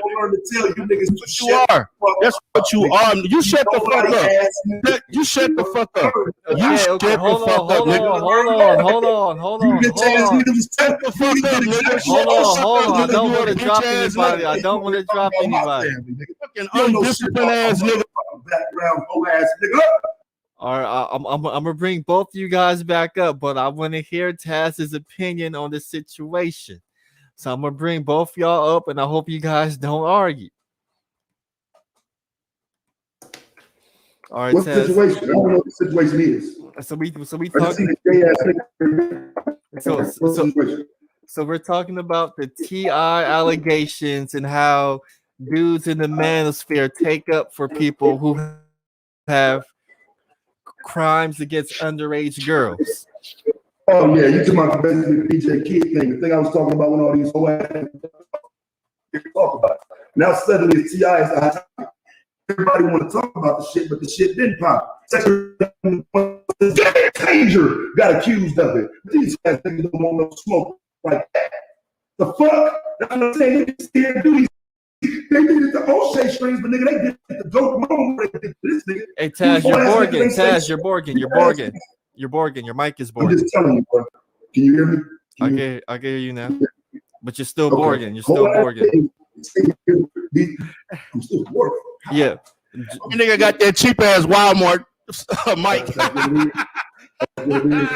Cheap ass Walmart. Nigga, get a new mic. And here's the problem with a You nigga need me like to you. donate, get you a cash app. Here's the problem with a nigga like you that's still talking. Cash app and get you a new mic. Get you a new mic, nigga. Get you a new mic. It's niggas like you. Pathetic ass niggas like you and you internet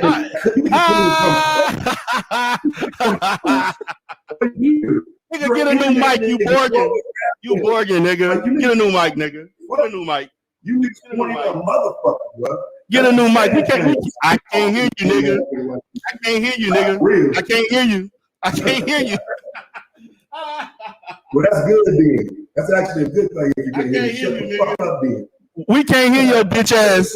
We can't hear you. We can't hear your whole ass, nigga. Your wife is the nigga. You the bitch. She bending your ass over and fucking you, nigga. Get on YouTube and work for me. Y'all hear this shit? Get in there and make them live streams, nigga. Get your broke ass and make them live streams, nigga. She bending your ass over and making that nigga work. She pimping that nigga. That nigga getting pimped by his wife. Get on there and make them presentations, them Google presentations.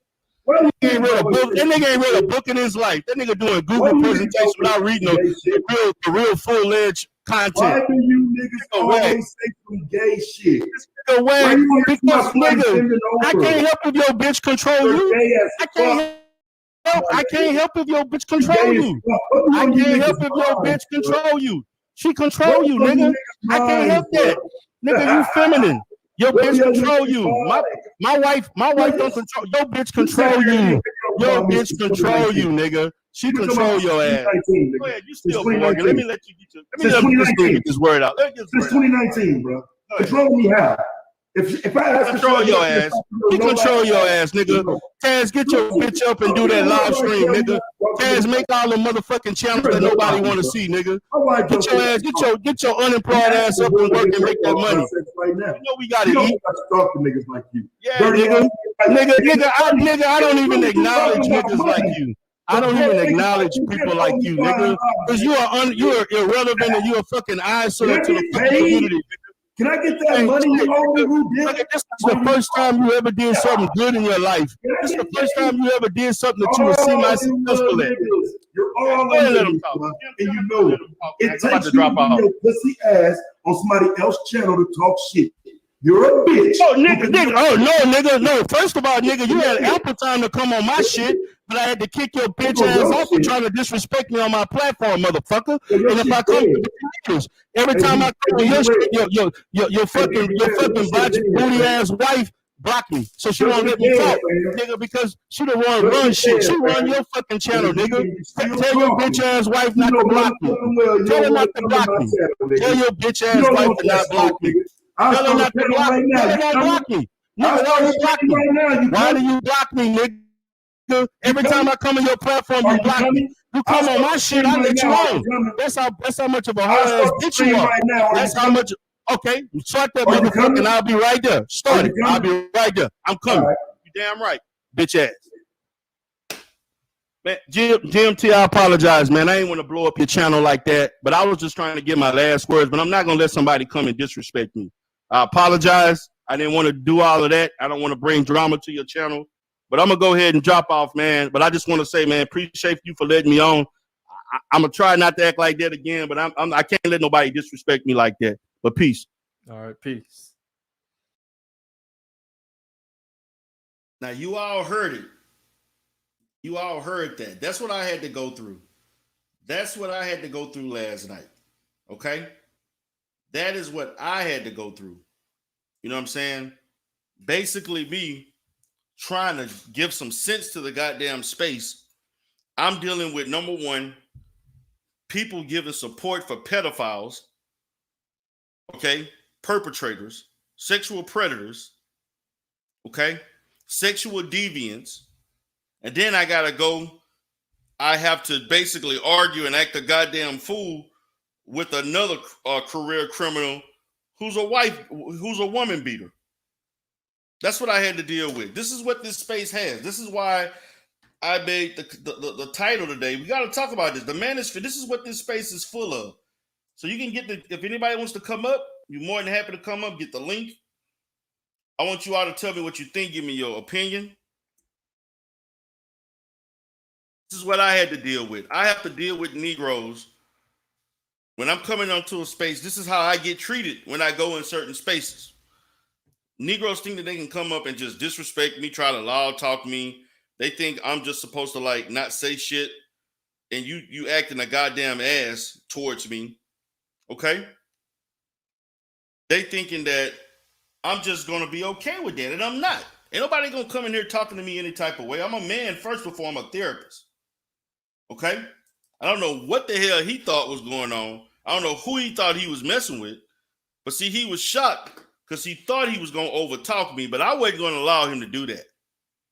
And I wasn't going to his channel so he can silence me every time he talking so he can make it look like he got the last word or he over talking me. Okay? So Flacco went up there. Flacco went up there, and I could show you what Flacco did, but I'm gonna not do that. But Flacco went on his channel last night, and him and Flacco went at it for 10 minutes. I decided to do my own live and to talk about things myself. Then the fool came to my live stream talking on another channel, telling me, "Oh, you scared now? Come to my channel." No. I got my own channel. I don't need to come to your channel. You did what you did yesterday. You talked ill about. You tried to talk ill of Umar Johnson, and you don't know the full history about the school itself. You going strictly by shit that Lennon Honor saying. When Lennon Honor released the shockumentary, you was the main one that went in the call-in show talking crazy, and then you clout chased, asking Lennon to allow you to play the full documentary on the full shockumentary on your platform. Okay? Then on top of that, you continued to say stuff here and there, you and your wife, about Umar. You basically tried to shed Umar in a negative light when you interviewed Brother Jamal, his dad. And so now you're looking for content, trying to beef with people. Now you want to be an anti-fraud warrior all of a sudden. This ain't the Manosphere over here. The Manosphere is a whole different situation. It's a whole new sect over here. We're not gonna act like the Negroes over there in the Manosphere with you. You're in a whole different set. What's up, Tim? Hello, family. Hello. I have to let you know flat out foremost that I enjoyed you standing up for victims of human sex trafficking children, because somebody need to speak up. That's why it's so hard for kids and even women who are raped and molested to come forward, because there's a support system surrounding these pedophiles who like to minimize their crime and make it seem like it's not that big of a deal. And if you have a whole bunch of people, a collective listening to that, at the same time, the victims being vilified, people don't come forward. And I think that that's what they want to do. They want to make it so that victims don't come forward, so that their perverts can, you know what I'm saying, can further perpetuate. My second point, and this right here is the kicker.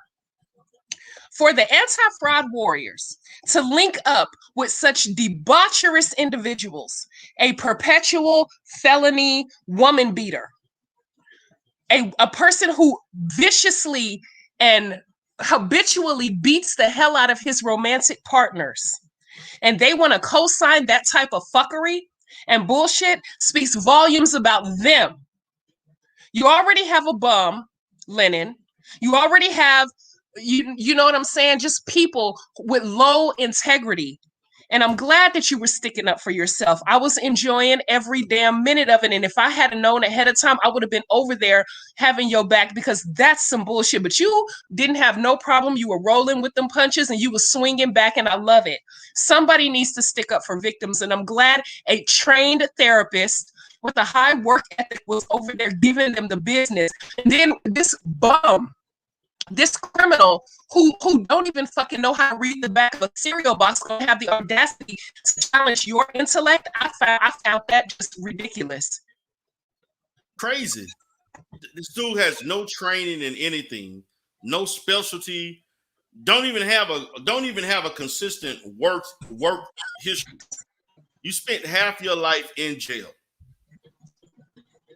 You've been arrested over 20 times for domestic violence towards women. Okay, you spent half your time trying to beat up women, and he's probably abusing the woman he's with. No telling. Yes, that's why she'll delete you real quick if you say anything. She don't have a choice, because if she let that comment stay up for 3 more seconds longer than he wants her to, he'll slap the shit out of her and knock her head between the dishwasher and the fridge. I'm sitting here like, you want to talk, trying to make me come over. I've been to his channel. Every time I've been to his channel, the last two, Umar Johnson, the deal with, let me tell you what he did. He tried to talk about Shakim Raw. First thing, he tried to get in good with anti-Afro by releasing an old ass lawsuit that that we knew about weeks ago and nobody even gave a damn about. That lawsuit, he had Shakim Raw and all these other people's names on it. Nobody even cared about that. Had your name in there. Nobody gave a damn about that shit. That meaningless, frivolous ass lawsuit. He tried to show his people that don't know anything about this black, the black sector with that focus with supporting Umar and so forth. He don't know anything. They don't know anything about that. They just saw it for face value and thought that, oh wow, these must be horrible people. Okay, when he did that, all of them, all the anti-fraud warriors rushed over there to support. They were all in the chat saying stuff. Okay, then he come around again. He did another one talking about Umar, about the school and Umar scamming. Then he tried to compare Umar to Marcus Garvey and how they both are failures and how Marcus Garvey wasn't the man that history claims for him to be and so forth. He claims he's an historian, don't know shit about history. Everything that he has never picked up a book to do a lick of research. Everything he's doing, he Googles it. He's never been to a library to do real research. All he does is Google stuff and think that's real research.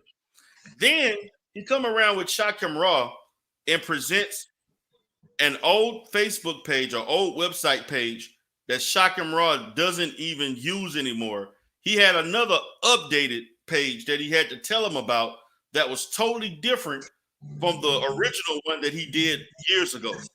And he tried to pass that off as like, oh, look at him. He don't have this. He don't have that. And Shakim Raw had to tell a brother, what are you talking about? That's an old page.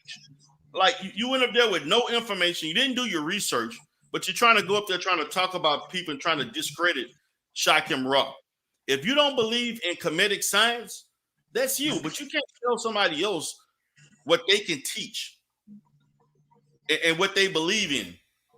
If Shakim Raw believes in African spirituality and comedic sciences and spirituality, that's his business. I can't tell him not to, because you don't understand that, don't mean that he's scamming people.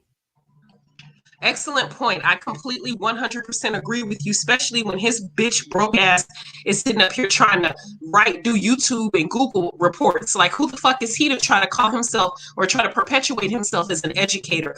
I just want to tell you I support you. And I only disagreed with one part you said when you said that you would hire him to shine your boots. That motherfucker ain't fit to shine your boots. He's not fit. First of all, he probably can't even read the instructions on the damn shoe shine kit. So no, sir, I disagree with you on that part. Outside of that, I think that what you said was amazing. I just wish I had known ahead of time. I'm kicking my own ass because I should have been in that chat and I should have tapped the fuck in to deal with him my damn self. There wasn't not one woman that went in to hold him accountable for beating up women. And I feel like I need to do that. And thank you very much for what you did. Your due diligence was supreme. And the thing about it is, what's so bad about it is that we haven't heard the end of it because he got another crew. He got a little small crew that's probably going to get into this shit too. So anti-Afro Spengali trying to find new people because she's losing out because they've already discredited the two strongest ones that she had. Lennon was her top man.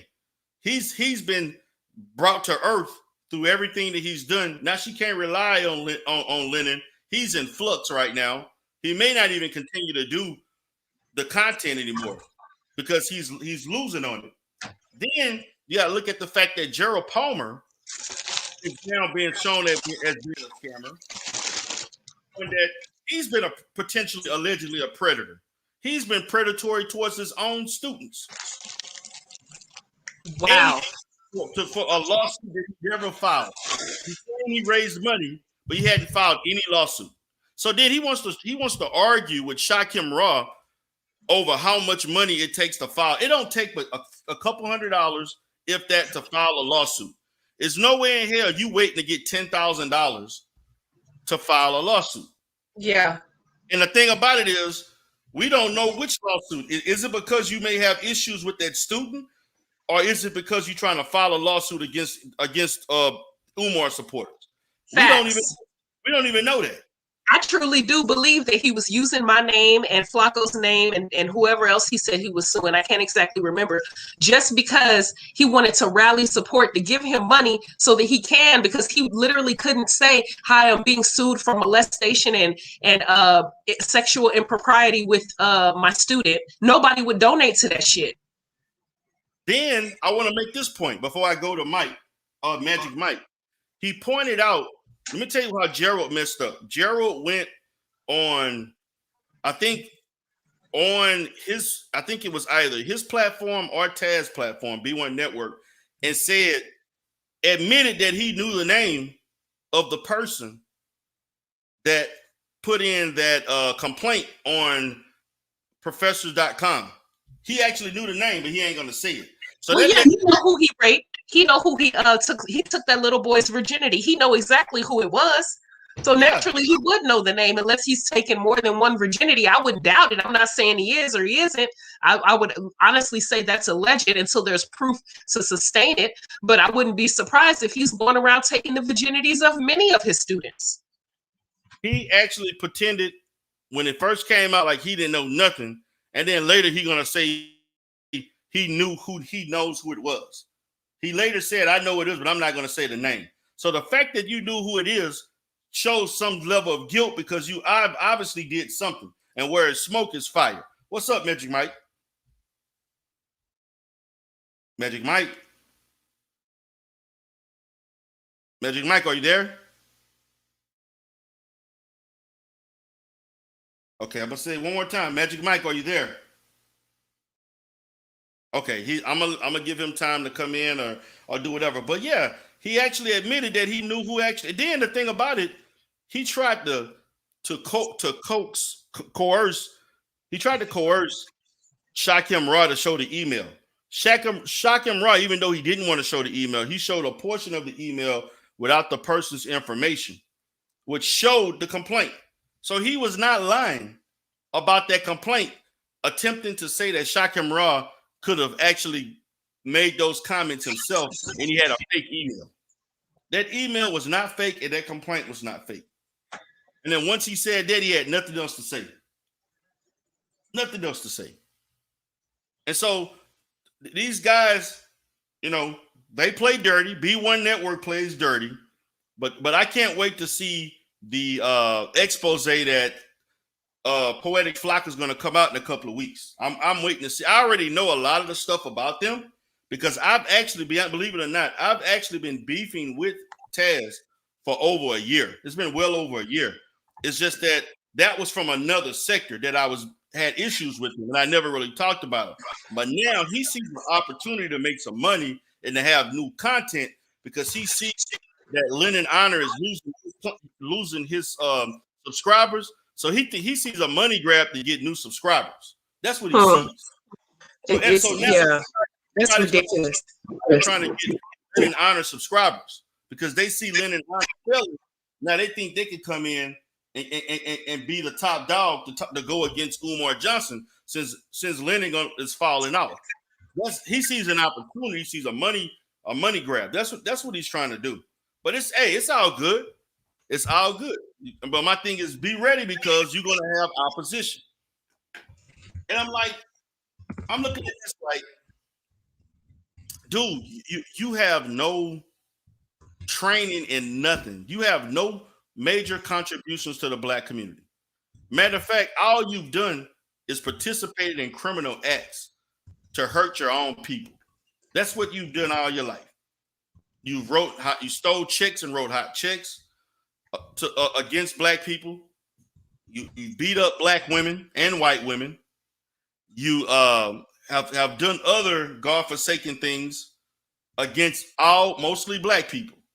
So how all of a sudden you've done all these things against Black people, and now you want to come across as the expert as far as teaching Black people? Right. He's a joke and he's unfit to say a damn thing about what people should do about anything when he can't even do some basic ass shit that you learn in kindergarten, which is to not hit other people. That's literally a fucking lesson that you're taught by your kindergarten and preschool teacher is keep your hands to yourself.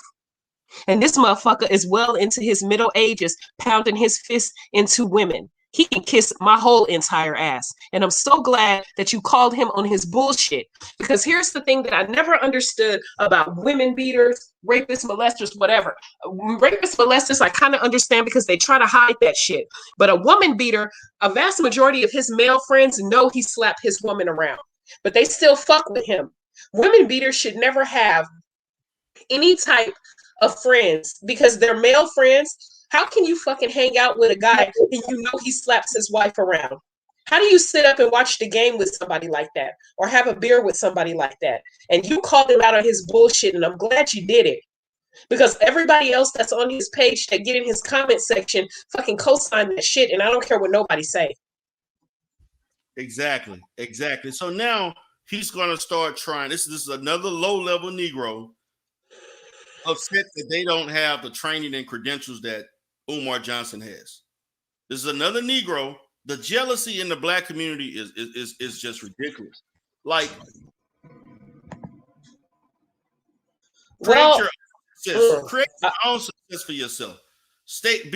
Create your own lane. Don't try to hate on somebody else for doing something you couldn't do. What's up, Magic Mike?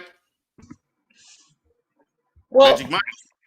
I think he might be having audio issues, but it's interesting that you brought that up. I want to say something really quickly before Mr. Mike gets on. What you just said right there is, oh my gosh, it's so profound, and I really wish I could wear that shit on a t-shirt. Just to switch lanes a little bit and make you abreast, you may not know, but I'm going to go ahead and tell you anyway. Dr. Johnson had a book signing today in Philadelphia. Oh, I didn't know that. Yes, which also served as a drop-in clinic for parents who have issues with their children. They can bring their paperwork. He'll review it for free and give you advice on what you should do, you know, in regards to your children and their IEP or special education, whatnot. Don showed up at the book signing. Oh, so that's what he was talking about with TC earlier today. That was today. I think that was another day. So that happened today. Yes, he showed up at the book signing. I guess he wanted to talk to Dr. Johnson, and Dr. Johnson had the security remove him. Don then went on his live and stated that the reason why Dr. Johnson had security was because of Don, and he scared Dr. Johnson to the point where he had security. I went on there and I told him, no, Dr. Johnson has had security for years. Even when he comes out here, you nobody special. And I asked him, was he slow? And he asked me, was I a whore, and went in on me and cussed me out and told me that I was a loser. This is a broke ass man. And the reason why I brought that up is because he's a broke ass man who's not being held accountable by his male friends. The same with this bum who beats his women. We have to have a serious conversation in our community, because Black women, we need to hold our sisters accountable when they do some bullshit. And Black men, we need to hold our brothers accountable when they do some bullshit. That's all I wanted to say about that. I wholeheartedly agree with that. Okay, let me let what's going on, perfected bliss or whatever. Yeah, don't worry about it, bro. Don't worry about it. Yeah, I see you over there. I see you. But now I wanted to speak to Tiffany right quick. Like that's the lady who works with Umar, right? Yeah. I'm his student. I don't work with Dr. Johnson. I'm Dr. Johnson's student. Okay. I mean, okay. Basically, you associated with him new. Okay, so gotcha. All right, now let me start off by saying this. I mean, I'm not on here to talk down on nobody. You know, I heard some of the conversation going on. You know, I don't have no issue with nobody that's been spoken about. So. You know, I mean, I'm not here, not doing that one. But let me say this though. I said this one day under one of what's that dude name? Lennon Anna. Now I said this under one of his videos one time, right? Because for some odd reason he keeps on making this false ass claim that Umar Johnson said that we need to murder 10% of Black boys, and I'm like. Umar never said that. No, he never said that. Okay, Umar never said that, and what I did was I left a detailed response. I'm like, look, man, what Umar said was that when it's time to quote unquote take the community back, there will be people who may violently oppose you, and you may be put into a situation where you got to do what you got to do. You know what I'm saying? Basically self-defense. So, but for some odd reason, Lennon keeps on repeating this shit. And the reason why I'm pointing this out, because I feel like Umar need to get in front of that shit, because there may be people who hear that and see, when you start throwing out stuff like that, saying that somebody is saying something like that, people typically don't ask questions because that's pretty serious. I mean, it's about like saying somebody raped you. It's one of them kind of things that people, they hear it, and it's like, you know what? They're gonna go ahead and they're gonna take it seriously off the bat without necessarily trying to prove it first. It's just one of those kind of things. So Umar might want to get in front of that shit right there and or something, because that's a pretty serious fucking thing to say, especially when it's blatantly false. Now, I'm not for or against, you know, as far as Umar goes. I don't have an opinion about that. You know what I'm saying? But I can't just sit back and let nobody lie on somebody, though. You know what I'm saying? That part I don't like. Matter of fact, that it's funny that you stated that, because that's the actual thing that I pointed out over a year or so ago, about almost 2 years ago, that led Lennon Honor. That actually provoked Lennon Honor to come on my platform, because I talked about the fact that that very instance of him saying that, Lennon Honor doctored a tape of Umar and made it appear as if he said something similar to that. And it was not him live just saying it. He actually doctored a tape and edited it. And I made that claim. And I made that claim because actually I made that claim because there were actually people from another sect of YouTube that knew of Umar Johnson and talked about whether or not they should support him or not, said that they knew a guy that specializes in stuff like that, and said that audio that Lennon Honor showed was actually doctored. So when they told me that, I actually for like 6 months tried to get a hold of that tape, and I was unsuccessful. And so that's what actually led Lennon Honor to come on my platform to debate that with me. And the crazy thing about that is, like, even in the doctored tape, you know, it just sounds like Umar just basically saying again, you know, like, when it's time to take the community back, people are gonna, like, you know, again, violently oppose you, and you got to defend yourself. You know, hopefully it don't go there, but you know how things could go. So to me, that was a sensible statement. You know what I'm saying? It don't sound like what he tried to make it sound like. Yeah, and I agree with you, Mr. Perfect. Lennon is trying to paint the narrative that Dr. Johnson said, how about we line up all Black people and shoot and murder? And that is not what he said. That is not what he said. I know that is not what he said. I worked on, like I stated, I'm his student. And Dr. Johnson does love children, and he feels as though he is obligated to protect them from white supremacy. He's not going to go around slaughtering kids. Lennon is a liar, and he loves to paint narratives just for shits and giggles and YouTube likes. He has nothing going for himself. He has made no accomplishments. He spinned around the sun, literally went around the sun 45 times, and has nothing to show for it. Absolutely nothing. So in order for him to sustain his lifestyle, he found a YouTube titty to suck on, and now he has to squeeze and milk that titty best way he can. And if that means perpetuating lies and false allegations, he'll do what he got to do. He doesn't have the legs that D. Durrell have to stand on, which is self-sufficient, education, work ethic. Lennon cries when he goes to work. That's literally all we can say about him. Sad, man. That's sad. But yeah. But see, I mean, I know Umar. I mean, at least I haven't heard it. I never heard Umar respond to like many of his critics. I mean, I've heard like the small stuff, but as far as like any extensive responses, I haven't heard that. But what I will say is that, like I said, he may need to respond to that one, man, because that's some pretty serious shit to put on somebody. You know what I'm saying? Because the reason why I brought it up, because I was bothered by that shit. I'm like, damn, bro, like. Even with the doctored audio, that's not what the man said. That's not what the man said. You know what I'm saying? For you to still put that out there, you know, especially when the man is trying to, like, he's trying to do something. Now, again, the speculation about, you know, whether or not it's happened, that ain't for me. But the point is, if he's trying to do what he say he's doing, and somebody putting those kind of charges on you, you might want to jump in front of that shit. You know, if he got the original audio, as D Darrell was just saying, he might want to put that out there. Man, that audio. Who talked to the audio? I couldn't. I tried to find it. It was a guy that had it. That's my if Umar has it, he might want to put that out there. Has it or not? Because like that's the thing about me, bro. You know, I mean, again, you know, I'm not for, I'm not against. You know, it ain't my thing, but I just can't sit back and listen to nobody. You know, just lie on somebody like D Darrell, like me and him. We've never spoken before. You know what I'm saying? But if it's a situation where somebody telling me that he said something, and I go back and I listen at it, and it turns out that they lying on him, I'm gonna say something about that, even though me and him may have never spoken. So, you know. Well, that right there, Mr. Perfect, is what you call integrity.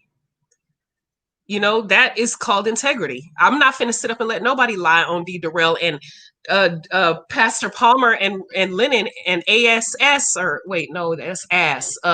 Anti-Acro have tried their best to lie on D Darrell. The bitch said he was not educated and don't have any degrees and don't have a license, and trying to say he had to lie and use somebody else. That's just what they do. Yeah, that's some crazy shit right there. And it's really sad. Man, that's crazy right there. But yeah, so he might want to get in front of that. And see, like I said, I was trying to catch on one of these panels, you know, to basically tell you this very thing. You know what I'm saying? I'm like, that's some, I don't know. I mean, I was kind of fucked up about that. You know, I'm like, damn, this man can really sit up there and listen to what this man said, and that's what he drew from it. Like, I mean, you don't strike me as, I mean, Lennon don't strike me as being necessarily a stupid dude. You know what I'm saying? So you got to be doing it on purpose, you know? Lennon he cries if he have to go to work. I don't know what your that video too, stupid is. I don't know. I mean, Flacco is old enough to be his son, and Flacco don't cry when he goes to work. Man, yo, listen, Tiff. I was again, man. I always tell everybody, bro, this is how you escape poverty. Finish high school, don't have kids before you're married, and get a certain skill, right? I was able to graduate high school and go to college, right? And while in my search to find my career, I found Kevin Samuels, who then led me to my current career, right? Where, yo, I don't have to call somebody's boss, right? But if I did, if I did have 5 kids, yo, I'll be happy to, right? Like work 60 hours a week, bro. Like, there's money for you, right? Something, right? Like, I don't understand, like, where, like, his, like, priorities lie. And yo, like, he even said, again, he scrubbed all those videos down because we exposed those videos. All them shits got taken down, right? And he was like, I don't have time for a full-time nor a part-time job. So if you don't got time for a full-time or a part-time job, then what are you doing? Do you have a business? And then he says, I should probably start a business so I can have proof of income. So now I ask yourselves, how would this man living without no proof of income and no job? And then even with the whole start a business thing, again, I don't know the man, I don't know how he get down, none of that. But even with the whole start a business thing, it's not like you're gonna start a business today and it's gonna be profitable tomorrow or next week. That's not necessarily how that goes. Right, that part. But Flacco, since you're on this live, I gotta ask you. Yeah. I'm confused about your boy Don. Yes. I'm confused how he gonna show up at that event to try to talk to Dr. Johnson, knowing he done lied and put death threats and said he was gonna murder Dr. Johnson, and then have the audacity to be surprised when Dr. Johnson calls security to remove him from the building. So let me just respond to that, right? So as men, right, we have masculine energy, right? So Don ain't a man. No, wait, right? But peep, right? Look. So Don is saying that Umar Johnson owes him $3,000. So if Umar Johnson comes to an event that's a 12-minute walk away from Don, Don, as a man, is obligated to at least show up and show Umar Johnson, yo, I'm here. I ain't scared. I'm ready to confront you, right? But if Don would have stayed home, while a man you claim owes you $3,000 is 12 minutes away by foot, I would have looked at Don differently. Don threatened to kill him, Flacco. It would be different if he never made those death threats. Then your point might be somewhat valid. Yeah, that's like, you start talking about murder and some shit like that. That's a whole different I'm ball not game condemning right Umar now. Johnson for calling security, right? I'm saying, right, yo, I feel like Don had to go, and Umar Johnson probably did what was right too. You feel me? But both sides had to do what they had to do, right? Don you full of shit, Flacco. You need to call a spade a fucking spade. Don is a grown ass fucking man who don't have a state ID. Dr. Johnson told him back in November to get a state ID. Now, whether or not, and he said it out of his own mouth, I'm not doing it. He's having a full on fucking tantrum.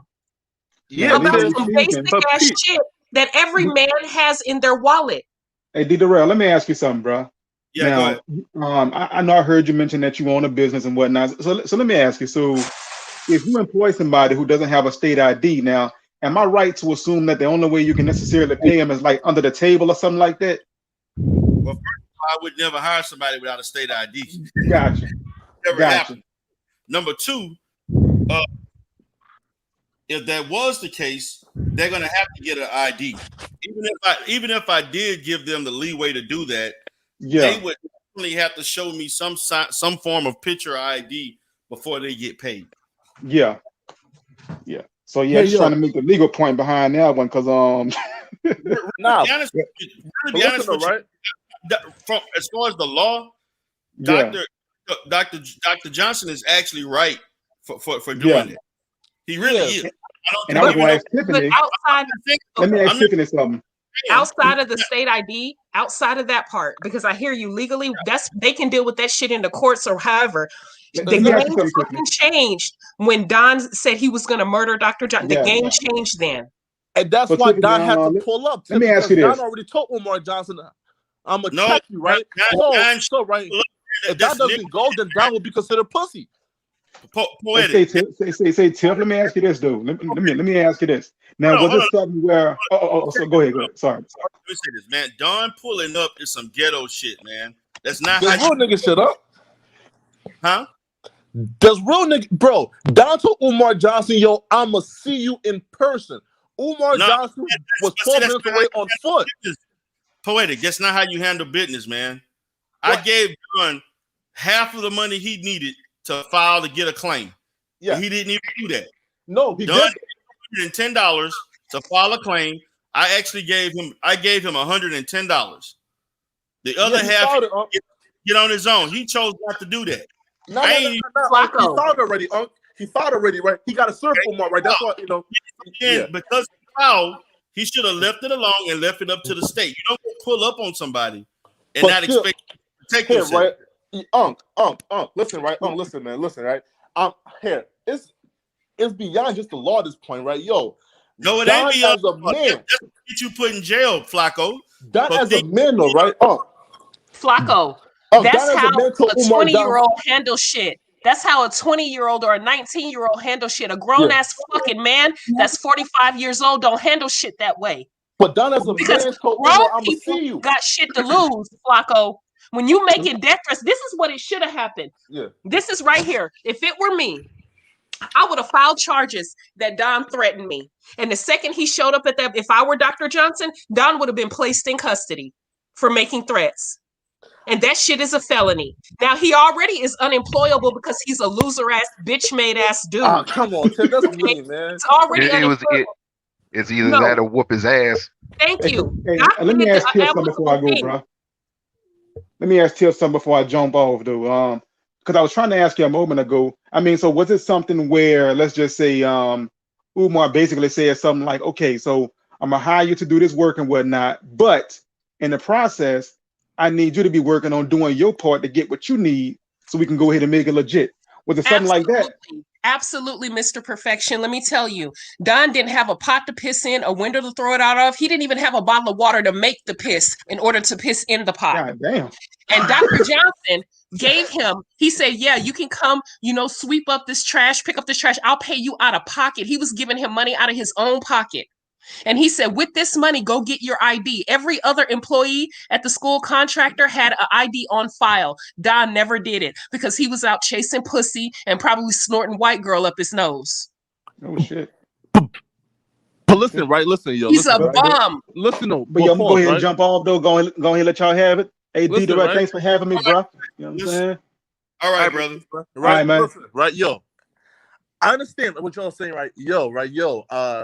Don threatened Umar, so Umar Johnson called security, right? That, right? I completely understand, but I'm saying this, yo. Don already told Umar, I'ma see you. So therefore, if Umar comes in your hood, nigga, 12 minutes away from you, and you don't show up, you pussy for that, right? So Don has to say, yo, bro, let's street talk. justice, they get you locked up, brother. That's street That justice. wasn't violent, though. That wasn't violent, though. Don came and said, yo, let's talk, bro. You don't get to have that dialogue anymore once you make the threats. It would have been different had he have not made them. Business is business. When he Street said shit that, is street shit. When he said that nullified any type of dialogue they could ever have. Business is business. Street shit is street shit. Exactly. You don't mix business with street shit. You can't That'll sit up get you and in make fucking threats. trouble. You can't sit up and make threats and then talk about, okay, let me flip the switch. All right, now let's talk amicable. Fuck no. That's done. I don't give a damn if Dr. Johnson was doing a book signing next door to Don. He has no right to show up after he said what he said. Now he want to sit up and try to have cred with y'all and try to do brownie points with y'all. If that motherfucker gets placed in custody, if Dr. Johnson had sent the police after he made the threats like I would have done, would you bail Don out? Me, yeah. Okay, you his little 10%, bitch. 10%. Yeah, you feel me? You his bitch. Yo, Come on, Flacco. You don't Come on, find Auntie, you Don can at say all that, man. dangerous at all? Huh? You don't find Don at all dangerous at all? I feel like Don showed that he's a man of integrity and honor by popping up, right? After talking trash about Umar Johnson online, Don said, yo, I'm not no punk, right, bruh? I'm 5'8", and you're 6'3", 240. I'm gonna still come to you and look you in your eyes and say, yo, bro, where my money at? You feel me? So I can't say, yo, again, right? I completely understand legalities, right? Like, yo, like, Umar Johnson was in his right to call security, right? That I completely understand, right? So what you're Don saying has to is go. he's not a man of his word, even though he has done pretty much everything that he could to basically help out Don. Is that what you're saying? Again, right? I'm saying, right? Again, regarding how the payment is given, that's for courts to decide, right? I'm simply saying, yo, Don came on this internet here and told Umar, I'ma see you. So once Umar came 12 minutes away by foot, Don had to go and see that man, or else I cannot look at Don as a man no more. Feel me, yo? Because you told that man, yo, I'ma see you when you come through, right? So, Okay, then how can you look Don in his eyes as a man knowing this motherfucker won't get a job? Keep that same energy, Flacco. This is a grown-ass motherfucking man. And you talking about you can't look him in the eyes? He called me a lowlife. He said I'm lower than him, me, a degree-holding individual, professional. And this motherfucker shaped the cup on YouTube. We checked out for that, though, right? Feel me? Yeah. When Don came for you. Flacco, how can you hold him accountable for saying you would have held him accountable for not going to seeing Dr. Johnson, but you don't say shit about him bombing himself? Flacco, if you were homeless, yeah, and I gave you $200, yeah, what would you do with that $200? Don's not homeless no more, though, right? I'm talking to you now. Me, I'm not right? talking about Don. I'm talking to you. Yeah, me. What would you do with the $200 that I gave you? I would take that $200, you know, and try to see how I can finesse my way out of being homeless, right? Rather that's grabbing bus ticket for 10 jobs, right? Right. You know, gotta find something. Yeah. So what's wrong with this guy? We know Don he's did that, though, we right? know he's a human. We know he's a human being. Yeah. And we all know he has certain things about him which I'm not going to even mention. Mhm. But when somebody offers you their coat and puts their coat around their body, what type of a person would go face to face, toe to toe to a person that you don't fuck with a man who feeds you? But you Don just work for that don't. money, though, Unc. Right? Don work for that money, Unc. You feel me? Like, you know, you feel me? Like, he works for it, right? So, like, it's not like Umar Johnson giving me free money. Nah, you know, like, yo, like, I worked hard for this shit. You feel me? Right? You work hard for it, right? He did work hard for it, but at the same time, I'm not going to talk down to somebody that fed me, unless he's being a complete dick. Which Umar Johnson was not being a complete dick. He was actually being a man about his. Was he or was he not? I can see it from both ways, right?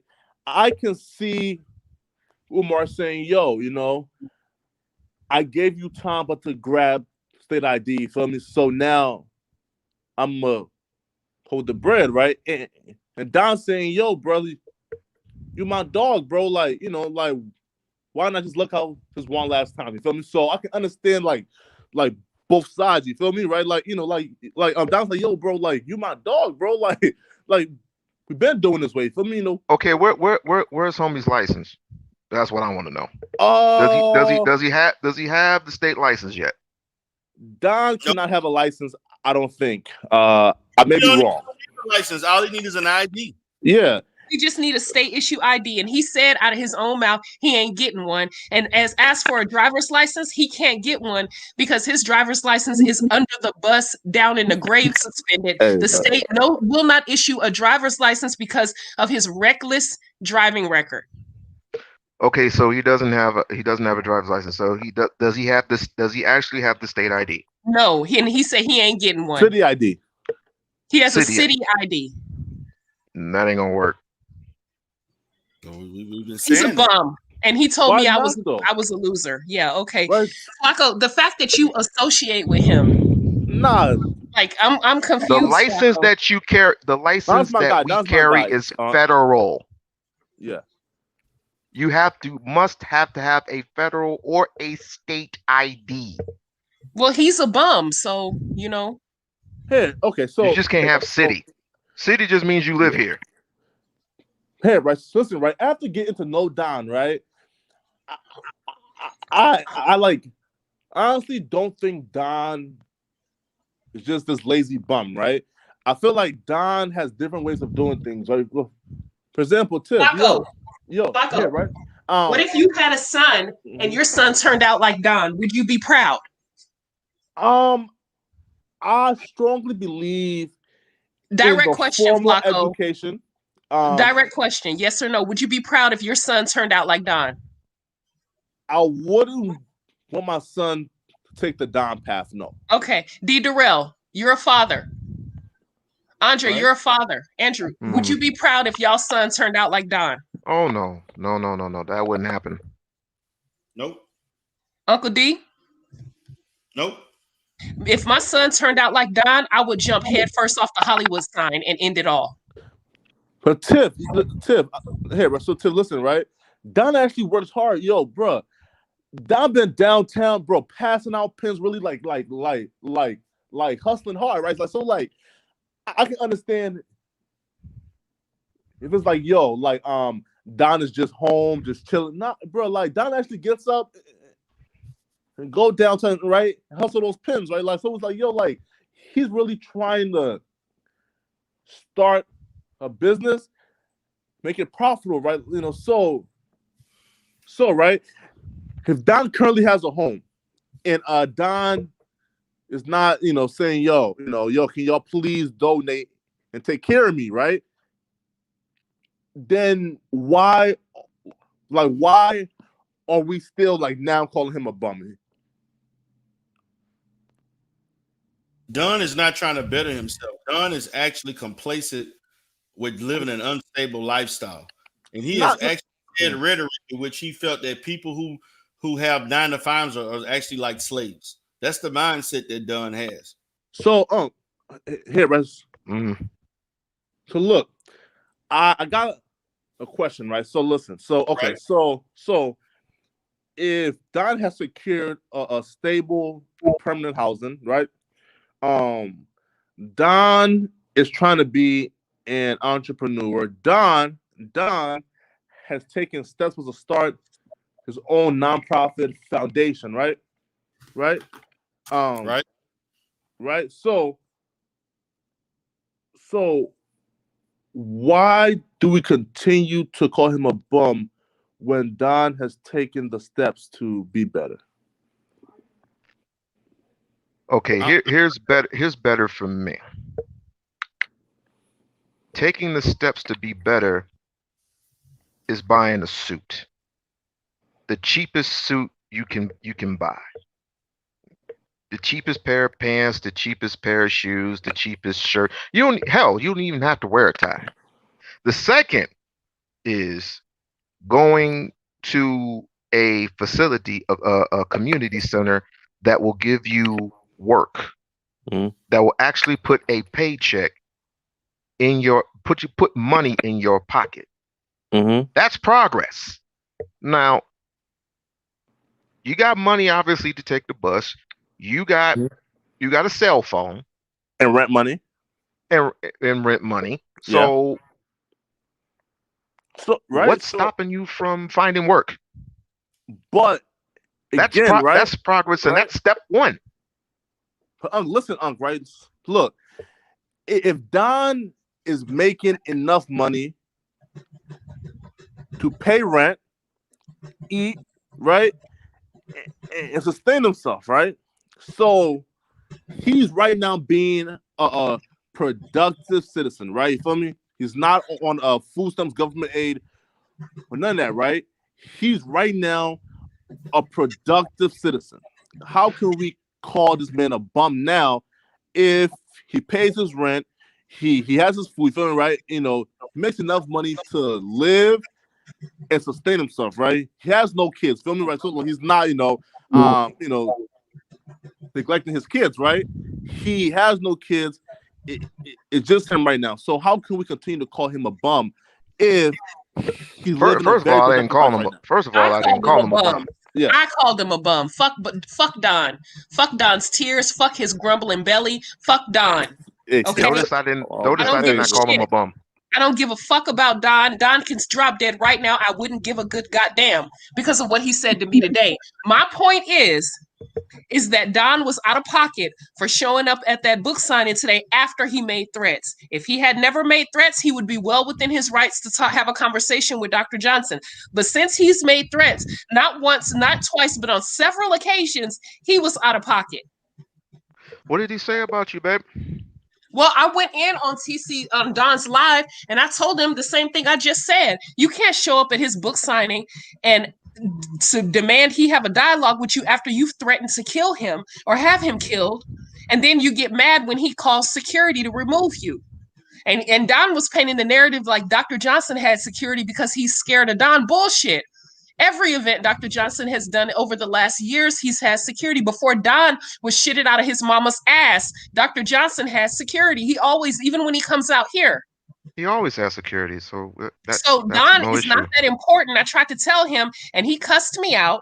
And he says that I'm a witch bitch, which is technically low key kind of true. I do practice hoodoo, and he said that he don't have conversation with witches and bitches. He killed them. Fuck Don. I could take that motherfucking clip and take that to the police. Don can kiss my whole ass after I work out, not before, bitch. After. Fuck Don. And the fact that you guys that would be my job, but anyway, Don, what would you say about all this, though? And I'm talking what's your conclusion to all this? Flacco, I'm talking to you, TC, Red, anybody else who fucking dick rides Don. He's a grown ass man, and just like I was telling D. Darrell earlier, it is a man's job to hold another man accountable. It's the women's job to hold women accountable. And you guys are sitting up juggling Don, and I don't give a fuck if y'all get mad at me for saying that shit. He was wrong as fuck. No. Listen, D, what's your conclusion to all this? My conclusion is that Don need to chill the fuck out and not try to do anything in person. You filed your complaint, handle it through the state.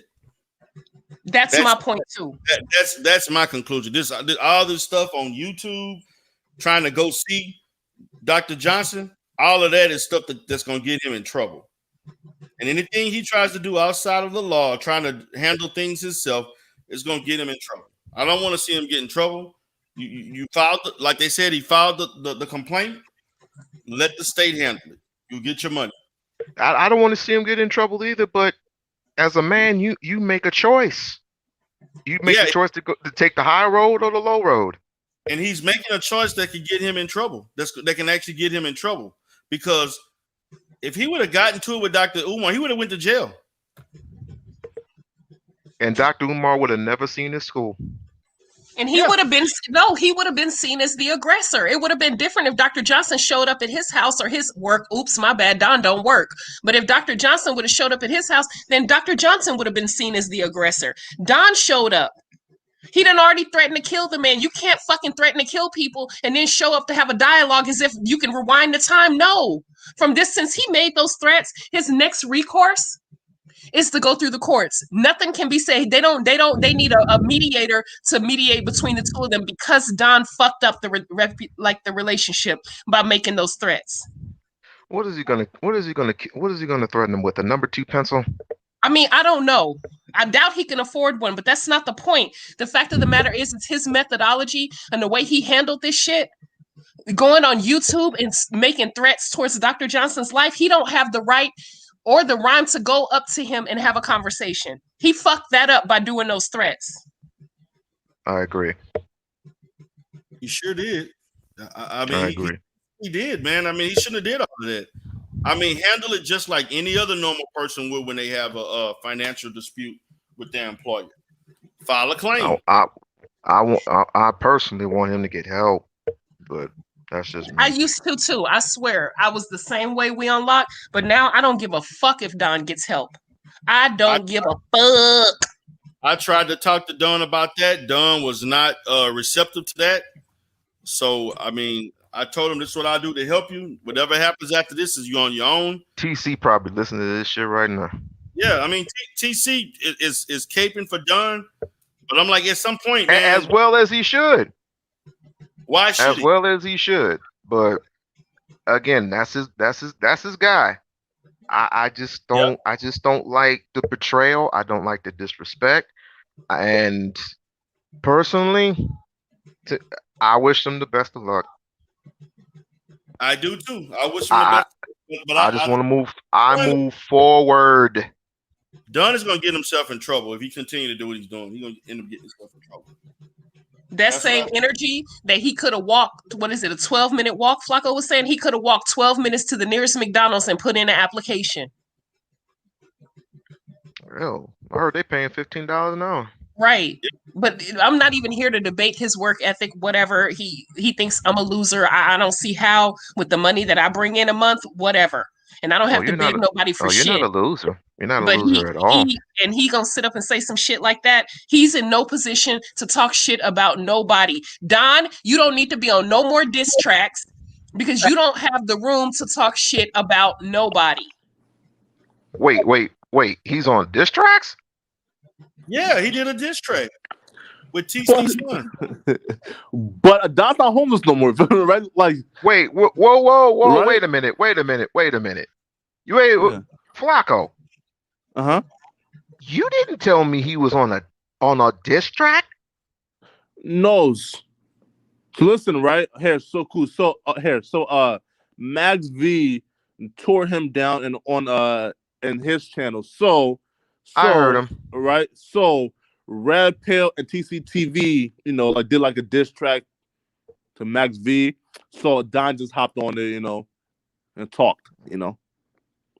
I honestly, I can give Red Pill. I can give Red Pill credit where credit is due. Yeah. The motherfucker got skills. All bullshit aside, I can give TC's son. I can't remember his name. Pedro He got Vance, skills. the GOAT. Okay, he got fucking skills. I Uh-huh. put that on everything. Them two can make some music that I will bump in my Lexus. I promise you. But Don ass, What about Don? he What about shut Don? the fuck up. He's slow and he need to shut up. He got hit by 2 or 3 short buses. He need to get off because he diminishes their work. They're too Auntie, talented come for him. Auntie, listen, here. Is there any way we can like squash this beef with you and Don? Is there any way that I could personally like? Don't try it. Yes. Don't try Yes. it. You can have D. Durrell moderate a therapy session that we can post right here on his show. He's a clinician. I trust him fully. And you can have me and Don there and we can just go at it. And I promise I'll be my best behavior, all bullshit aside. Hey, one thing is this, right? Yo, Will you promise to be on your best behavior? I promise. D. Durrell, are you willing to facilitate me and Don in a therapy session to hash out? Maybe it's a microcosm, I don't know, between black men and black women relationships. You tell me, I don't know. But I will be more than willing to participate. All bullshit aside, I will. As long as consent forms are signed, I'll be more than happy to do so. With consent forms signed, yeah, that's fine. I mean, I don't know. It don't even necessarily have to be quote unquote therapy. It could just be you mediating our discord with each other. Okay, I can do that too. Hey, D. Yeah. Quick. Who's the? I don't want to say the word. Who's the asshole that you were speaking about earlier? That you were arguing with? Yeah. Yeah, that's the Negro that is member of the Anti-Fraud Warriors. Are you there? Anti-Fraud Warriors, huh? Yeah, he's the new member now. That he's from another sect of Black YouTube, and me and him have actually been beefing with each other for a while, on and off. It just so happened he's trying to get in on the Umar gravy train, and now he's going with anti-Afro Spengali, and now you want to start doing. Let me ask you a real personal question. Is he with abusing females and raping children? No, but he has a criminal record of abusing females, but not children. He beats the hell out of all his women. He's been arrested how many times? What, 20, 30 times for beating up women? So what again? I found and he was arrested in Ohio 4 times for abuse, right? But he has 11 arrests just in Ohio, 4 for domestic violence, right? But this Negro Tiff got criminal records in 2 other states. You feel me? Illinois and Nevada. So there's other records there as well. So I'm telling y'all, man, Taz is oh my god. Oh, so he's been in Nevada. Yes. He's in Chicago now. But yeah, he was in Nevada. And in fact, this Negro got right now an active warrant out for his arrest because he owes the court $104. That's how irresponsible these Negroes are. Exactly. He's on here talking to D. Durrell and going in, and this motherfucker can't afford $104. He got an active warrant out for his arrest right now in Ohio, in Hamilton County. In Hamilton County, Ohio, right now. An active warrant for his this Negro cannot go to Ohio or else he's getting fucking arrested, right? And he's on YouTube talking shit.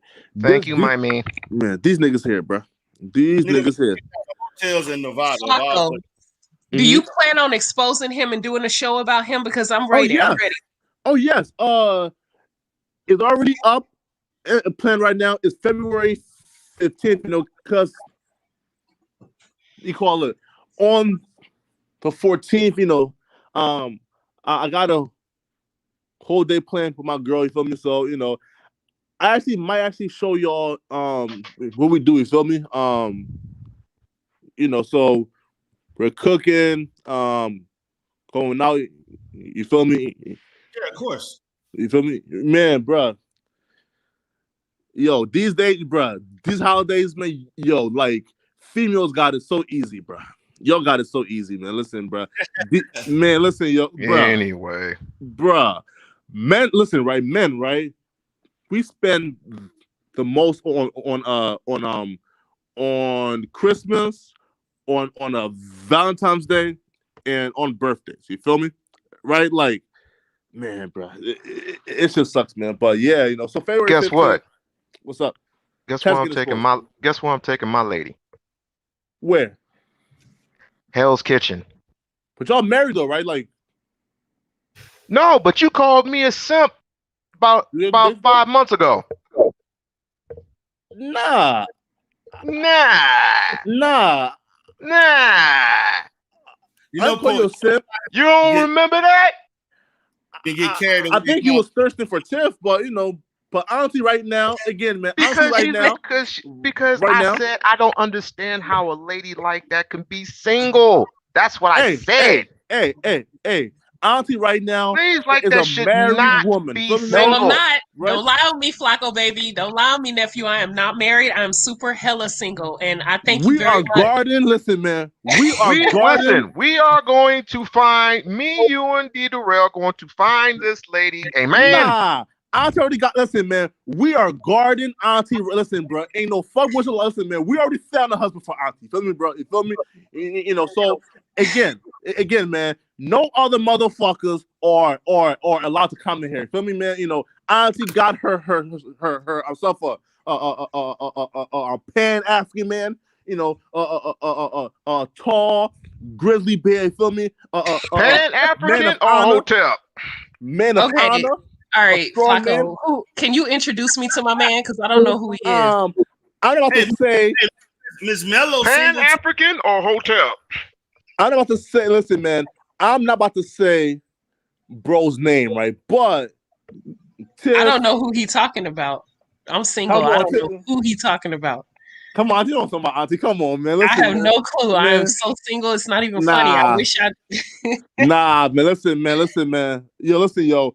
What happened between y'all? We need the right type of man to take care of her feet. I'm telling you, man. He does all that. Yeah, Cosmo. He does all that. He does all that. That man a freak. You feel me? I heard that brother eats ass, suck toes. I heard he does it all. You feel me? Listen, man. Our brother is the man for Tiff. No other man is allowed. Auntie heard us, right, Auntie? Right? Listen, Auntie. We personally don't want no other nigga. Feel me? We personally don't want no other nigga. Feel me, yo? We approve and love the man that you had before. Please work it out with our brother, man. Please. Anyway, that's a lot on Tuesday, 7:30. So it's a lot of single women up in there. A lot of beautiful single. Got Cosmo single. Miss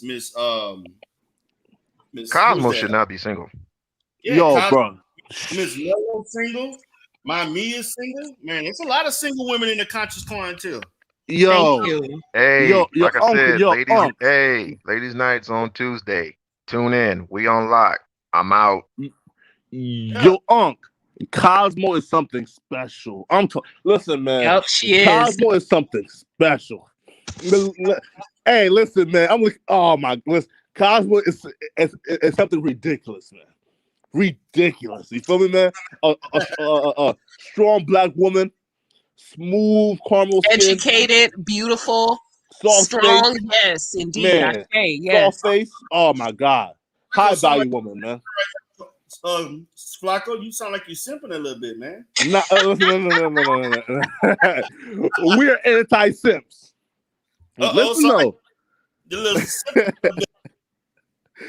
I just love strong black women, man. Listen, man. I feel like that's like my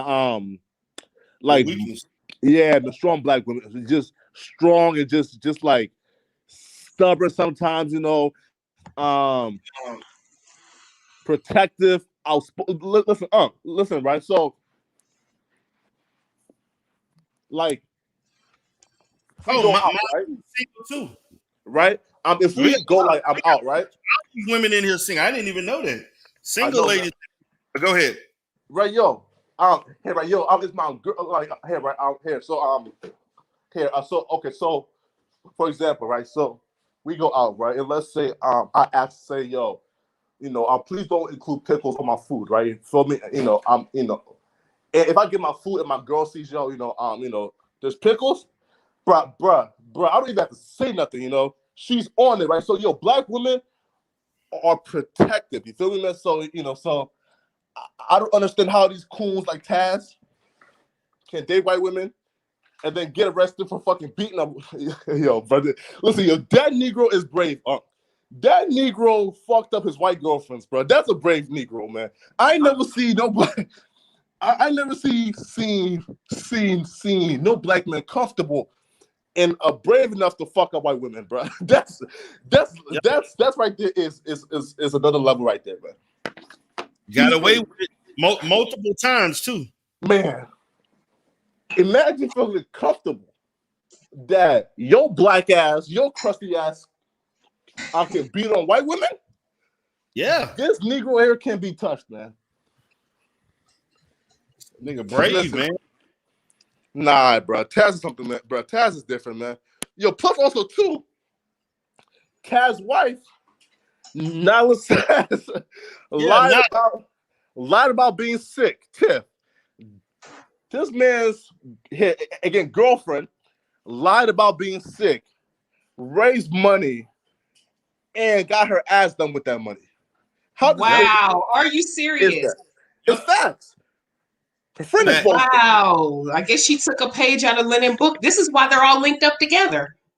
Her own friend exposed her, Tiff. Her own friend already exposed her. Oh my gosh. That's what I said, man. It's a whole history. I mean, it's like a 2-year history behind them, man.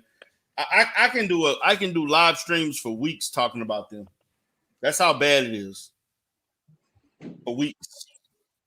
And she had to end up getting a botched job. Her ass, she had to get a botched ass job. Because she didn't have the money for the healing process. $5,000 for a fucking basement job, auntie. Imagine that. Yeah. She paid $5,000 for a basement procedure. Wait, wait. She didn't go to like Dr. Miami or somebody in Bel Air or Long Beach to get her. A basement procedure, bro. And she got exposed by her friend, bro. All that shit came out. Did she get botched? Yes, sir. Damn. Yes. And then the thing about it, YouTube took down on D Durrell Life Solutions, they took down the thumbnail because I showed her with a botched ass, so they took it down. Oh wow. Yeah. But Flacco, all bullshit aside, I'm serious about having a mediation with D Durrell and Don. I'm serious about that. I'm not too far gone that I could just hate him forever and keep it pushing. If he really want to sit down and have a dialogue with me, moderated by D Durrell, I'll do it. Yeah, right. Here, for you guys, right? I feel like for example, right? Don and Umar has beef, right? So I feel like whenever Don does something like this, it's gonna lead to you now saying, Don's a fuckboy, and then after y'all squash it, right? It's gonna, I just feel like y'all both just need to argue though, but without the name calling. So I mean, right? I think you called him slow, and then he called you a hoe. It's just I don't understand why why y'all can't just have a normal conversation, without Don don't want to have a normal conversation. That's why. Man, guys, y'all gotta understand, man. I know y'all want to help Don, but you can't look past Don's personality and the way he behaves, man. Don has done some things and said some things you can't look past. I understand he may need help, He's trying to do the right thing. He's trying to improve himself. I'm not trying to take that away from him. Mm-hmm. But even I was on Don's show. Me and Don went there. Don was saying a lot of crazy shit before we kind of hashed it out. Me and Don was going at it for at least 30, 40 minutes before we finally came to some level of an understanding. And now we cool, but Don is not innocent, man. He's not. I'm not saying he's a bad person, but he says some stuff that he shouldn't be saying. And that's just the facts. And and I got on his ass about the fact that he was trying to talk down to people that work and stuff like that. And then he tried to lie on Tiffany, not Tiffany, on Catherine and stuff about Catherine helping him and different stuff like that. So we had to square all that stuff out. Yo, I also heard too, like again, speaking of single women, I heard Catherine is a brick house. I heard she is thick. I mean, like thick and fine. Have you ever seen Catherine before? Yes, I have. I've never seen Catherine. Yo, she's gorgeous. She's absolutely fucking gorgeous. Just like Cosmo, all bullshit aside. And that's no homo to my sisters, but they are fucking gorgeous, educated, accomplished women. Yes, indeed. Exactly. They are. Now, I never seen Cosmo. I seen Cosmo picture. She has a channel. They're gorgeous, accomplished ass women. Yes. No homo, but my sisters are. Yeah, they are. Well, women give each other credit, so that's cool. Nothing wrong with that. Wait, hold up. Wait.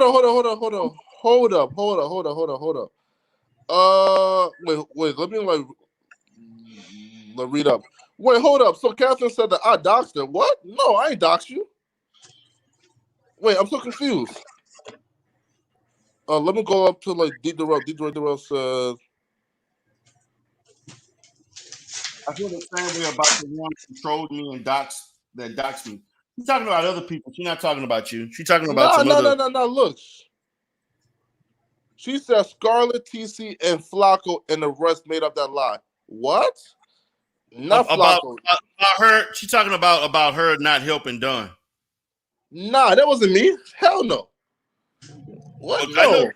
I know TC and Don said that. Hold up, nah. Pause. I never said you relying on Don. I ain't touch on that. Yeah, not me. Not me, Catherine. I ain't touch on that at all. Made up that I was lying on Don. Nah, I ain't touch. Yeah, nah. I did not say you lying on Don. Like what? Yeah, Tiff is nice too. Yeah, she sure is. Nah. Can I come? Man, starting to track all the nice women up in here.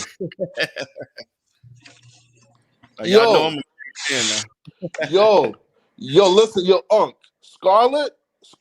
Oh, that's another one, bruh. Scarlett sounds like she's like fresh out the ocean, man. Scarlett, listen, I never seen how Scarlett looks like, but she just sounds like she's just like foreign, bro. You feel me? Like Scarlett sounds like somebody like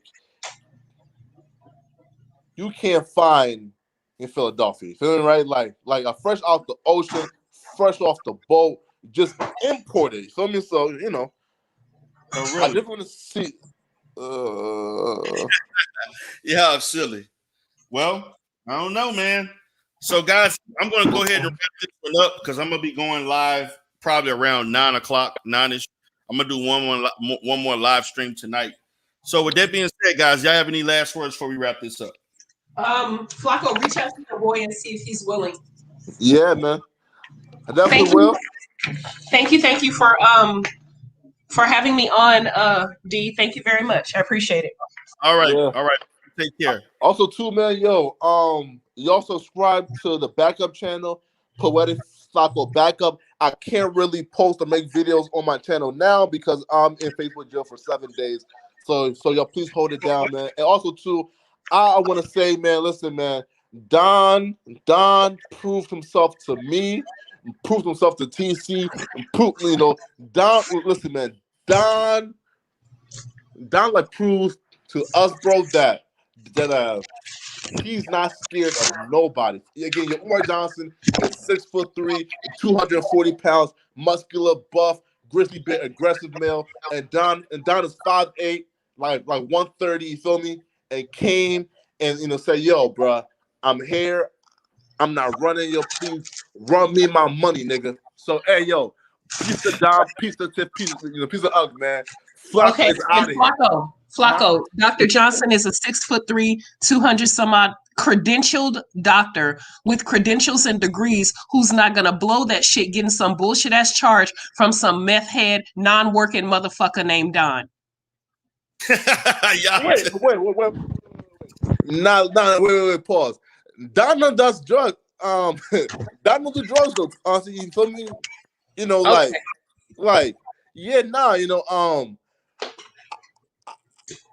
I'll probably say weed, but like I never seen Don smoke weed, right? Like Don, I don't think right, like it's fair, right, for like us to say like Don do drugs. You feel me? Okay, no problem. What? All right, guys. Well, we're gonna wrap this up. I'm gonna be on tonight, guys. Tune in around 8:30, 9 o'clock. We'll be back at it. I'm gonna come up with a nice topic so we can process and have a good time. So peace to everybody. Talk to you later.